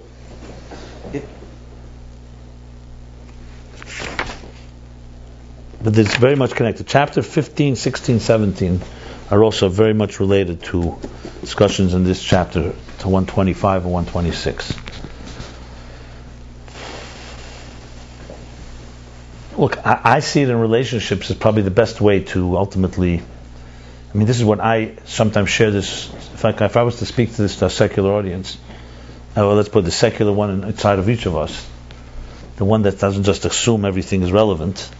Someone says, okay, tell me why this is important to me. What would you say? I mean, there's no question one answer to all of this is Achdus. Achdus, unity. Every line of Chassidus is coming to fill in another gap of the unity between divine and existence. So any level you learn, a new level, is because he's adding something, something's missing. It's like he wants perfect stepping stones. There should be no gap. That's why you see how slowly he's going from Gvul, Er HaGvul, Kalim, to Er HaGvul, to Er HaBli Gvul that touches Gvul, to Er HaBli Gvul that touches but not touches, and then Er HaBli Gvul that doesn't touch. And even that is still, what's the point of it all? Yes. It's just fine picking? What do you need all the names for?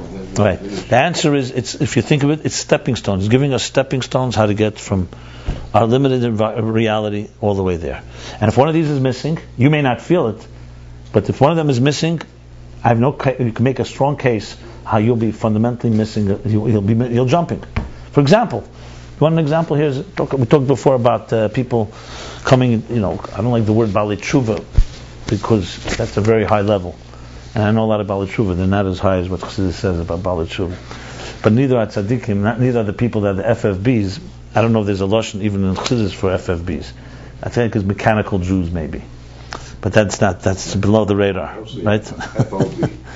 Anyway, the point I want to make is like this, that I deal with this on a constant basis, and it's a big critical thing in my work. I wanted to say two things. I'm talking about relevance of these ideas. Talk about relevance of Achdus. Even that has to be explained. So let's say we're missing a stepping stone. So what? It's nice, but so big thing. So you'll jump, or I'll get there. I'll worry about it. I'll build a bridge when the time comes. Well, in the spiritual health business, this is very critical for many reasons, and I'll just give you the two I wanted to share. One was in the area of relationships. I'll get to next. Remind me. The first is in the area of integration. I did a radio show. It was called what was the words?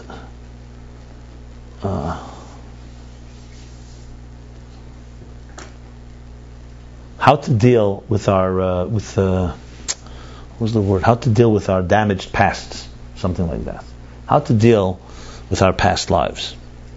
Because many people have this dilemma. They live a life, made big mistakes, ignorance, intentional, arrogance, whatever the reason is, and now they've come to a clear picture. I mean, this can be in the area of Frumkeit, Yiddishkeit, it could be in the area of psychological, it could be the area of anything, sexual, whatever you want. I mean, the list goes on. Everybody's got their, we have our wounds, we have our scars. How do you deal with those scars? And I'm talking about now a person who's ready to deal with. I'm not talking about denial and so on. Do you look? One option is, you know what? You start a new path, a clean slate. It's like every Rosh Hashanah, Yom Kippur. God forgives you for your past. Move on, and that's that. Don't focus on the negative. The past is the past. Move to the future. Others go with the other approach. The past haunts me. And they dwell on it and dwell on it and dwell on it. And it doesn't let them really go anywhere. Because it's haunting them. And it takes up a lot of your hard drive. What's the Torah approach? So you'd think the Torah approach is the first approach. But it's not that simple. I remember hearing a couple in this community were having domestic issues, shalom bayis issues. They came to see me. Besides all the other issues, they also culturally they were different countries. So besides everything else, that also doesn't help because the tools are different, styles are different. So when things are calm, fine. But when everything is that, it just exacerbates it. How they communicate, even how you use your hands, even simple things like that. Accents suddenly start bothering you, and things start. Everything becomes a monster. And they were sitting with me, thank God, everything today, Baruch Hashem, but they really worked it through. Both Chassidish people, actually. What I usually was actually rare. Usually, the problem you pretty much can see quickly. Egos, obstinance, everyone's convinced that they're right. Especially if you're over frum or something, you think God is with you too, all those usual suspects. But here, actually, they're both bittul dika people, and they were just really lost. They got themselves in a rut, and they didn't have communication skills. And so it was relatively easier to deal with in many situations. Because there was interest, there was care, they loved each other, you could see, they were interested. They weren't looking, I should take the side of one of them and beat up the other one, which is usually what people want. They never say that, but that's what they want. So, and they shared something with me that Rabbi Paltiel, the older Paltiel, told them, which I really thought was very insightful. I mean, not that it helped them because he just told them this idea, but I helped them work it through. With that principle was a very interesting one, and I'm using it specifically around here. He said to them, "You both think you did tshuva, because they came from a secular background. Now you keep Shabbos, once you didn't. Now you eat kosher, once you didn't. Now you cover your head with a sheitel, once you didn't, and all the other things." He says that's tshuva b'maisa. Your actions, you change your actions. He says, but there's a whole other tshuva. It's called tshuva b'midas and b'meichen. That's nehi malchus. You did tshuva. You didn't do midas means your personality. Your personality also changed. You're still your mother and father's child. You still have their shtick, whatever you picked up. You still have all this stuff. That's a whole different tshuva. That's far more complicated. And he says that's the one that we all have to do. Maisa, some people keep born in kosher, some not. But the midas, birur hamidas, everybody's equal there, because we all got rough, selfish narcissism in us that we have to work through. And the same thing with the mind. How your mind works, how you solve problems. Just because you follow Shulchan Aruch doesn't mean it's only your personality changed. That's called Aveda. I thought it was maybe it's obvious to all of you, but to me it was very well stated. Because it was like a way of framing it. And why am I saying it? Because I go back now to my question. So what do you do with your past? So to dwell in your past obviously is not the inyan. But to ignore your past, no. Chassidus never says that. It says it's true, you don't remind the Baal Tshuva of his past, you don't remind the Ger. That's not what we're talking about. We're not talking about reminding you of the sins. You have to take what you learned and transform it. Because I saw this with my own eyes many, many times. People were told, even by Mashpiyim, which I think very misguided, very actually destructive. They almost said, you know what? That template of your life is gone, start a new plate. But you're no longer, you're 25 years old. What do you mean? 25 years of your life doesn't disappear. It's not like you're suddenly 25 and you begin being impressionable. You were impressionable when you were 5. That doesn't change at 20. At 25, you're not a tinuk, shenelit. You have attitudes. So to just say, I'll destroy it all. I'll give you an example. I remember a woman starting to learn here, and everyone was convincing, moved to Crown Heights. She was an editor in a magazine called 17. It was a teenager magazine. Very successful and very professional. But she was getting into Yiddishkeit. She came from a broken home, and people were saying, you got to move here and live here. She was coming to my class, and she asked me what I think. I said, do not move here and do not live here. You stay where you are. Your shlichus is where you are in 17 magazine. Do not give up your friends. Everyone's telling you should drop all the friends and you have all the friends here. This is pretty typical. And I understand what they were saying, but people don't understand the basis of human psychology.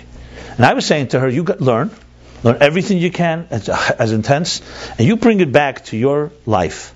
She says, but that life is challenging. The standards they have are not my standards. I say, fine, it's going to be challenging, but it's going to be far harder. If you completely amputate your past and lose all your friends, you're going to become friends. What happens if you find out that not everybody's your friend here? And what happens if you find out things here that are not as beautiful as it looks? It's the rude awakening.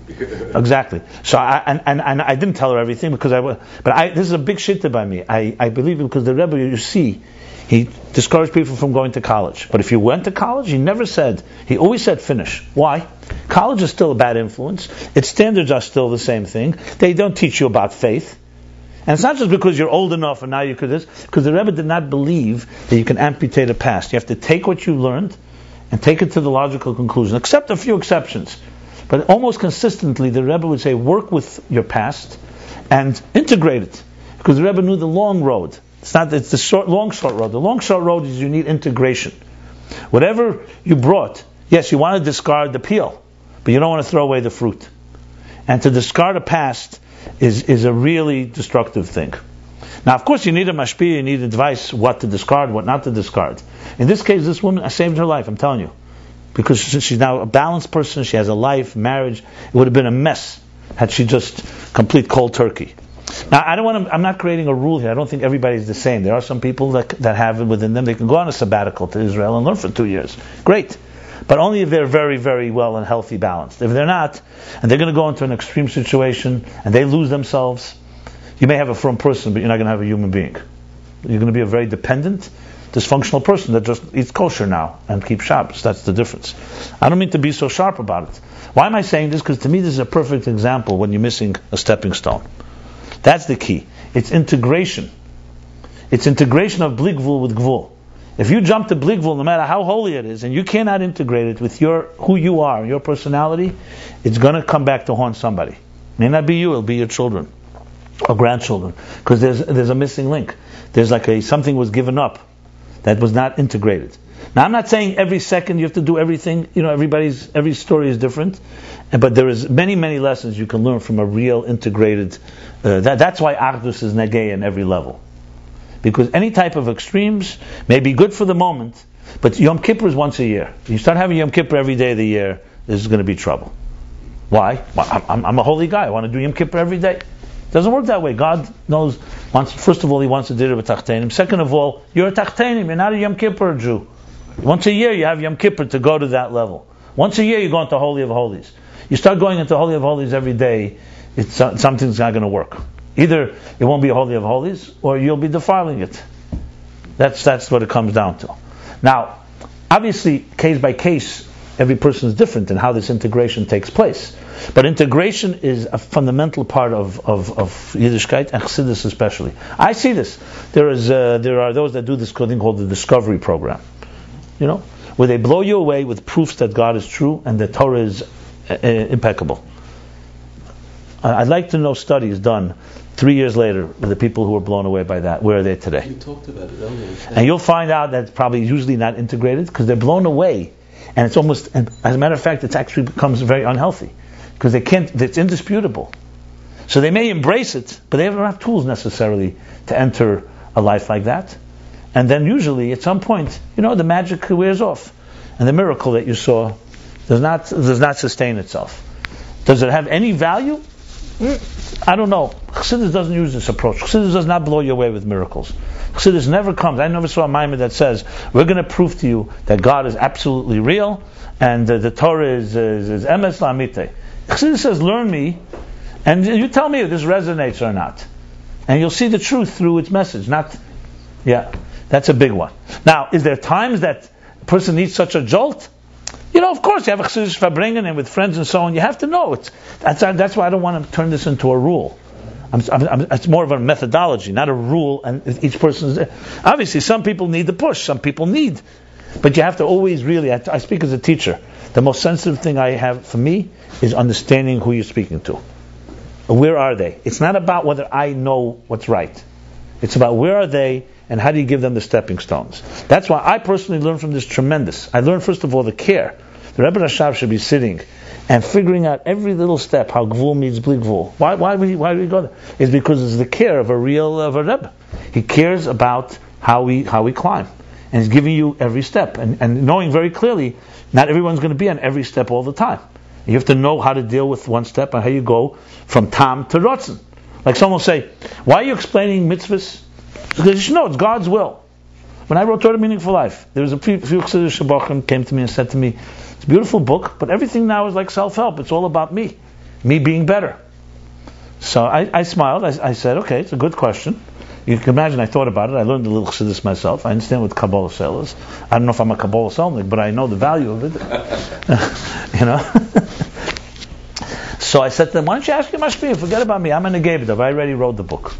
So one of the Bachrim, who happened to be my brother, skeptical of me, so he was by a shir with Rabbi Yael.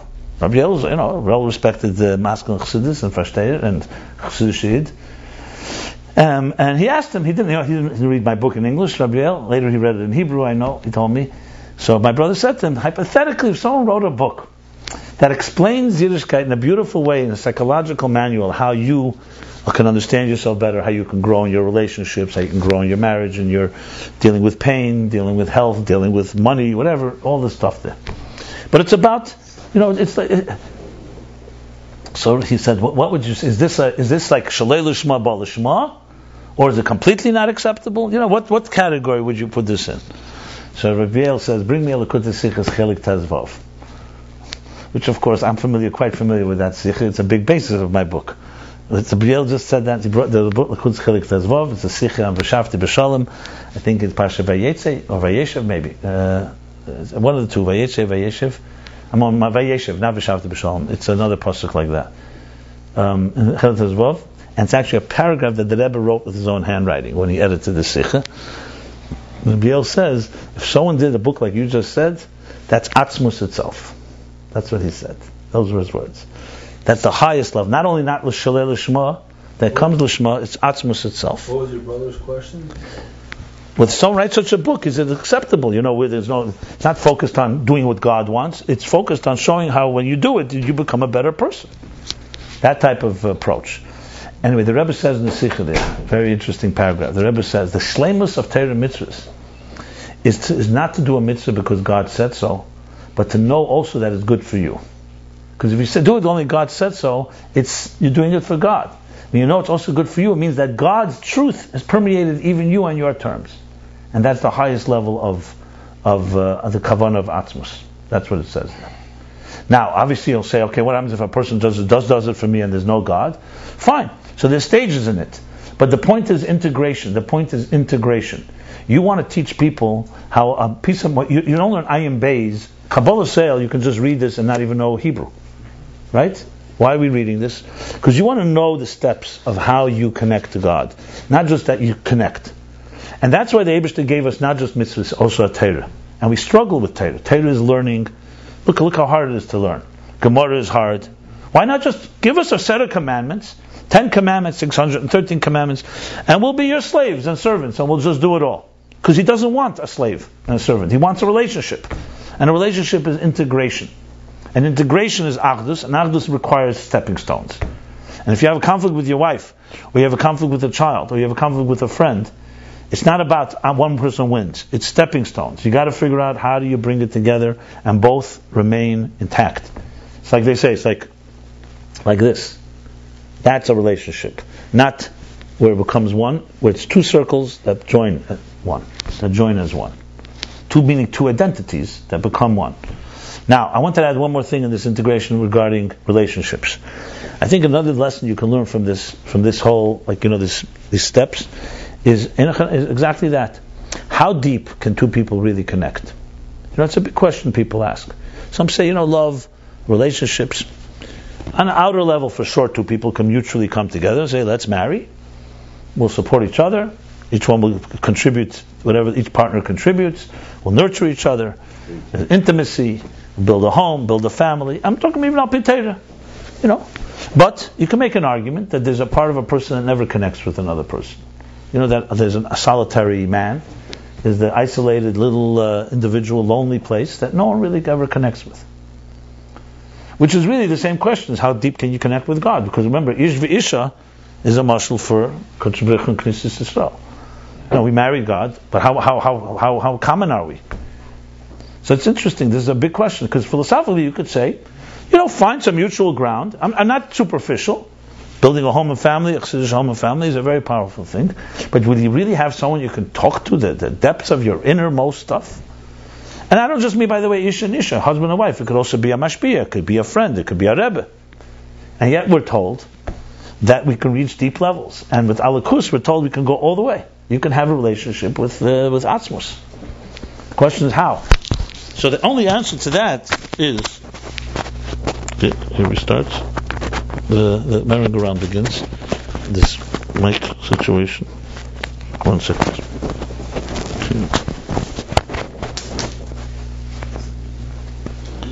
So my answer to this is very much taken straight from here in Ayin Beis. The answer is, you can connect in every possible level. However, it doesn't happen in one day. You have to begin on the lower levels.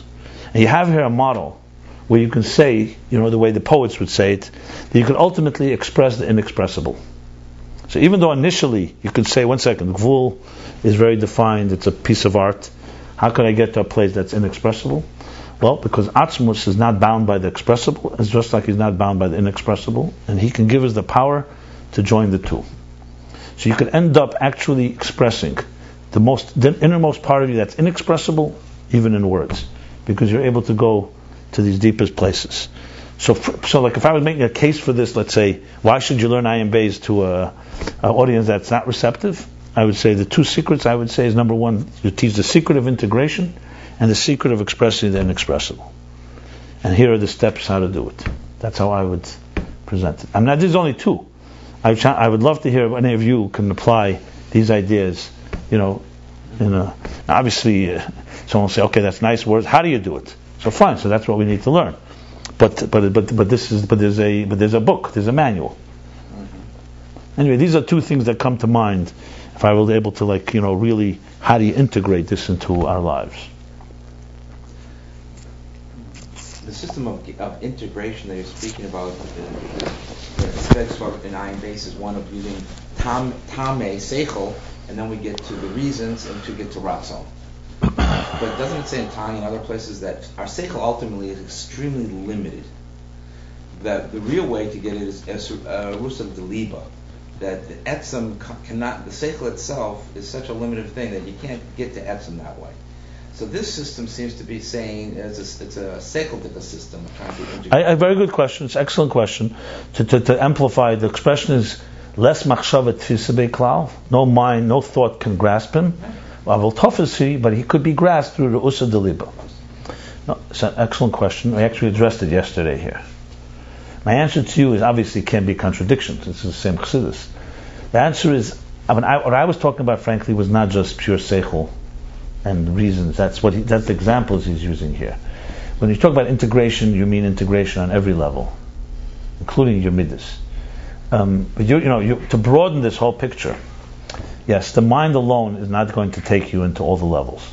What the mind does, what I mentioned yesterday, is the mind can imagine. That's the key. Emotions can't imagine.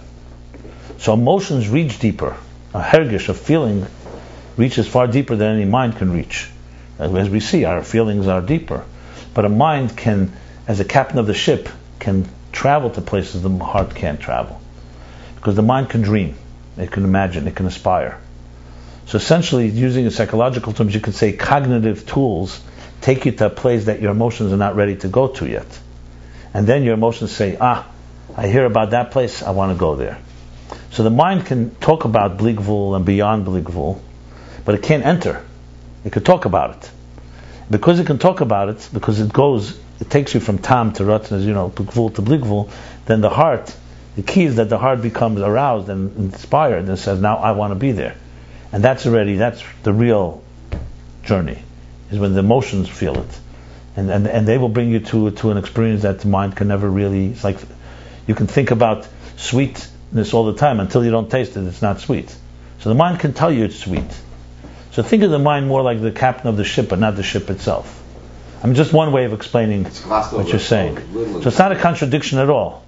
So, and another thing, what I want to say is, this doesn't negate that the mind has its limitations. I was not suggesting that the mind can suddenly enter into Bligvul. But the mind, when it's truly objective, can say, I have my limitations.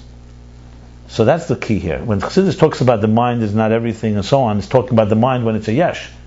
But the mind has the power to have bittul. The mind can say, I am telling you from my mind, I've come to the conclusion that there's things the mind cannot grasp.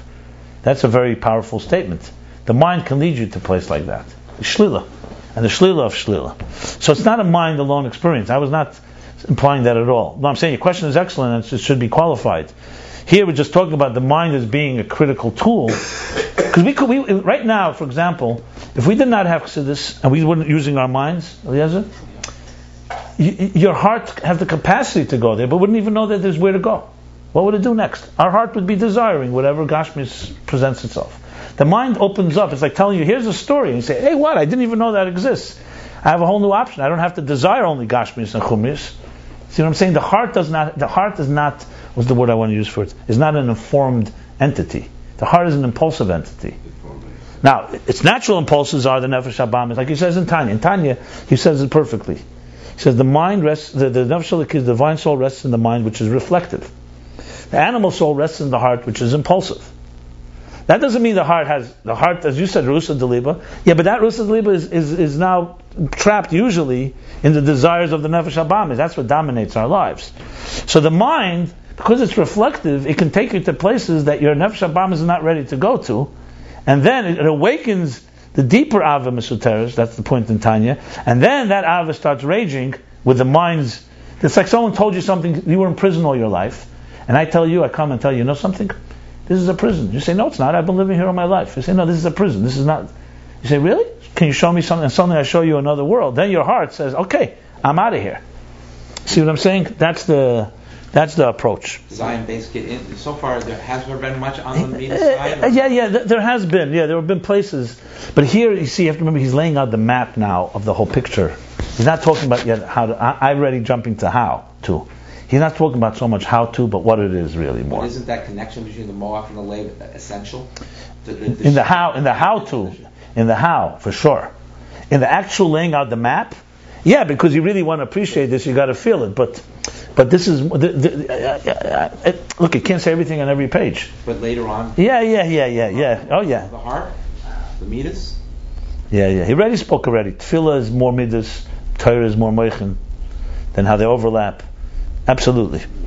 Then there's also action. Remember, you're missing another component. Action. Just doing. There's also, that's right. He said right now in the last chapter, all the kavanus in the world, if you don't do, you don't got no ratzon altogether. Then you have, you're imagining ratzon. That's also not good enough. But bottom line, don't misinterpret what I said as trying to be some type of intellectual power here. We're just saying the mind is a tool of God's of helping us travel. That's all that we're saying, really. Given that the look, we wouldn't have this conversation now if our minds weren't working.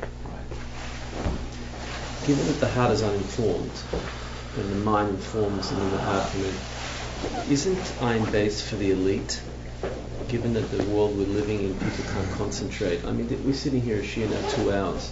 The way I see the world at the moment, the number of people that would be able to concentrate for 2 hours on something like this, you'll have an audience of maybe 300-400 people. Well, not in the whole world. 1,000. If you do fantastic marketing, I think 10% maybe not. I think anybody. He thinks everybody's like him. That's I'm the talking thing. about concentration. Let's talk about. I'm not talking about. It became a bigger problem, especially. Okay, but what's your point? I got your point. Of course, My point is, okay, it's a minority. we should be worried. On one level, we're not worried about how many people. We're learning this because we want to get there. But on the other level, the Lubavitcher, the Rebbe Shab wrote this for the world. I didn't write this just for the Chassidim. How can we, in this world where people are looking for instant, and the technology is taking kids to a stage where they can't concentrate, more than 10 seconds on anything. Yeah. How could this thing reach the world? I'll tell you immediately my answer. First of all, my learning it myself personally and what's driving me, besides that my Nefesh Habamis likes it, is because you can't really distill it even for 10 seconds if you don't really know your stuff. I mean, there are people doing a lot of 10-second stuff but there's no basis. So for me, the deeper I go, it's like the bow and arrow. The inner you go, the more outer you can go. My goal with this is to bring it to the outside completely. Yes, Hold on. The person that went through all the vibranium. But let me finish my. No, 1 second. I hear 1 second. 1 second. I'm talking about myself first. Let me start with myself. So, like for example, what I just said now, which emerged from all our learning, I could hypothetically, with a little time and work and a little team, build a type of model on this integration and using actual themes of Ayin Beis. I'm not just talking about using nice psychological insights. I'm talking about Ayin Beis, hardcore Ayin Beis, presented in a very, very relevant way, in short, you want to call it sound bites, whatever you want to call it, allowing a person to benefit from it. That's the key. And then allowing them the option to go as far as they want to go. They want to go all the way in? Zuntahid. They can't go all the way in, they have what to work with. To me, that never said that we have to make the whole world learn Ayin Beis all day. That doesn't say anywhere. It says, make this relevant to somebody in their life and make it indispensable, and you achieved the primary goal. Now, that's one thing. Second thing, I think all of you here, each in your own way, if you take it to heart, could do it also. Maybe not like me, I have my skills, but you could definitely be involved in some Yifutzah way. Now, does it mean that you're going to be the master of Ayin Beis? Fine, so there's a team. Some people are the researchers, like in any team. You think everybody going to an Apple computer lab, everybody is the scholar? There are the people there that are the small percent that know the doctrine. They know the theories, and there are people who develop the theories, and there's a incubation between so-called the theoretical physicists and the ones who are building technologies based on it. So I think that everybody, no matter who you are, is part of the shlichus, and I think it's about joining forces. That's how I see it. I think that there are a few people that absolutely could go into Ayin Beis and literally go into the engine room and come out with unbelievable theories. I think if you collaborate some physicists, as we've been speaking, and others, with people who really know this chassidus, you'll come up with unbelievable, mind-blowing stuff. And then there's a whole other department of taking it and turning it into things. Whether it's products, whether it's information, whether it's tools, skills. That's how I see the entire picture. How are you going to deal with the concentration span of people? I don't think everybody. Yeah, no, I just said to you. Spend 20 minutes or an hour, half an hour. You use an iPhone? Yeah. People with no concentration span use an iPhone. Yeah. But guarantee you there are people behind the scenes that are capable of studying Ayin Beis. You agree? Yes, but that's not the masses. Okay, so the masses, you give them the iPhone version of Ayin Beis. That's what I mean. Give them a tool. A video. Look, you give people a proven method of successful marriage. Someone just suggested I write a book called 60 Days to a Shidduch or something like that, based on the 60 days. You give people a proven method. I'm not talking about platitudes and pop psychology. To me, that's chassidus, just like learning the depth of Ayin Beis. That's Mashiach's times. That would be that the model of the world is following the model of chassidus. Does everybody have to know the whole depth of it? There'll be those. I understand. You can't, listen, you're asking an impossible question. You're asking me, can we actually change people whose 10-second attention span to sit here for 2 hours? Yes. No. I wouldn't even expect to. That's not even. In my wildest dream, I don't even think of doing that. That's where we're going wrong in all the things. I don't think that. These classes are taped in this. I see them as rough. I don't even advertise it. Those that want to hear it, because I don't see this as marketable. No. Now, I think there's brilliant stuff in all of this that we're learning and all that. But I think when you turn it into short, edited pieces. People looking for entertainment. See, look, if I can be a little bit more entertainment. Look at your brother and you, right? And if you get a little bit of comparison. If I get a little bit of comparison. No problem. He gets, why? Because he's entertaining people. You're not entertaining people. So you get a smaller crowd. You understand? People are going to him for avoid it. They're going to him for, instead of going to the movies, if I could just, a from person, we'll go to this, he asked the Jacobson. Mashenkin, what you're doing, you understand what I'm saying? I understand, but you've never seen my entertaining mode. I don't. The guitar. You play guitar, Rabbi? I see the entertainment. Sorry. I know exactly. That's why I don't do it. That's why with his son-in-law, 8 days, his son-in-law. So no, that's why I don't do it. I'm not this. Marcus. Yeah, his son-in-law's Marcus. Well, someone asked my brother a very tough question once. They said, if your older brother was not the serious one, would you be an entertainer? So it could very well be that's his own psychological needs. I'm not saying there's a big value in the entertainment area. You know what I mean? Is that so that's the yeah. So that's the word in the street, the entertainer and the philosopher. That's the way I define it. Let me ask you a question. My brother has a lot of depth, to be very honest. I've told him many times that he compromises himself with the... But there's also issues of, like I said, someone asked him whether he'd be an entertainer if I wasn't around. Or he'd be me, basically. So that's the question. Listen, how can I tell you? No, what it means is that the entertainer gets the bigger crowd. Also remember, I understand. Bigger crowd means nothing to me, frankly, because it's about changing a crowd, not getting a crowd. Yeah, the problem is that it's not entertainment doesn't change people. That's the worst problem. Global revolution. You and I we talked about so often. Global revolution. I'll tell you, global revolution. You have to have not entertainment. Entertainment gets people's attention. Okay. You need transformative, resonating messages that are absolutely indispensably relevant. That is far deeper than any entertainment gets someone's attention. It's transformative, relevant, indispensable, indispensably relevant, resonating. I used to say. Eliezer, you better not patent these words of mine. Can I ask a question? No. Did you hear what I just said? Yeah. Entertainment gets someone through the door. A joke. Most of the b'dichas opens up the discussion. But why is it taking you so long to come to this? You understand what I'm saying? Let's stop here anyway. Let me just. I'll talk in a moment. Let me just say. So we did another summary of all these first chapter 1 through 126. We're getting there. I just need to I'm trying to resolve some of the tensions. I don't want to, and we'll stop here, yeah.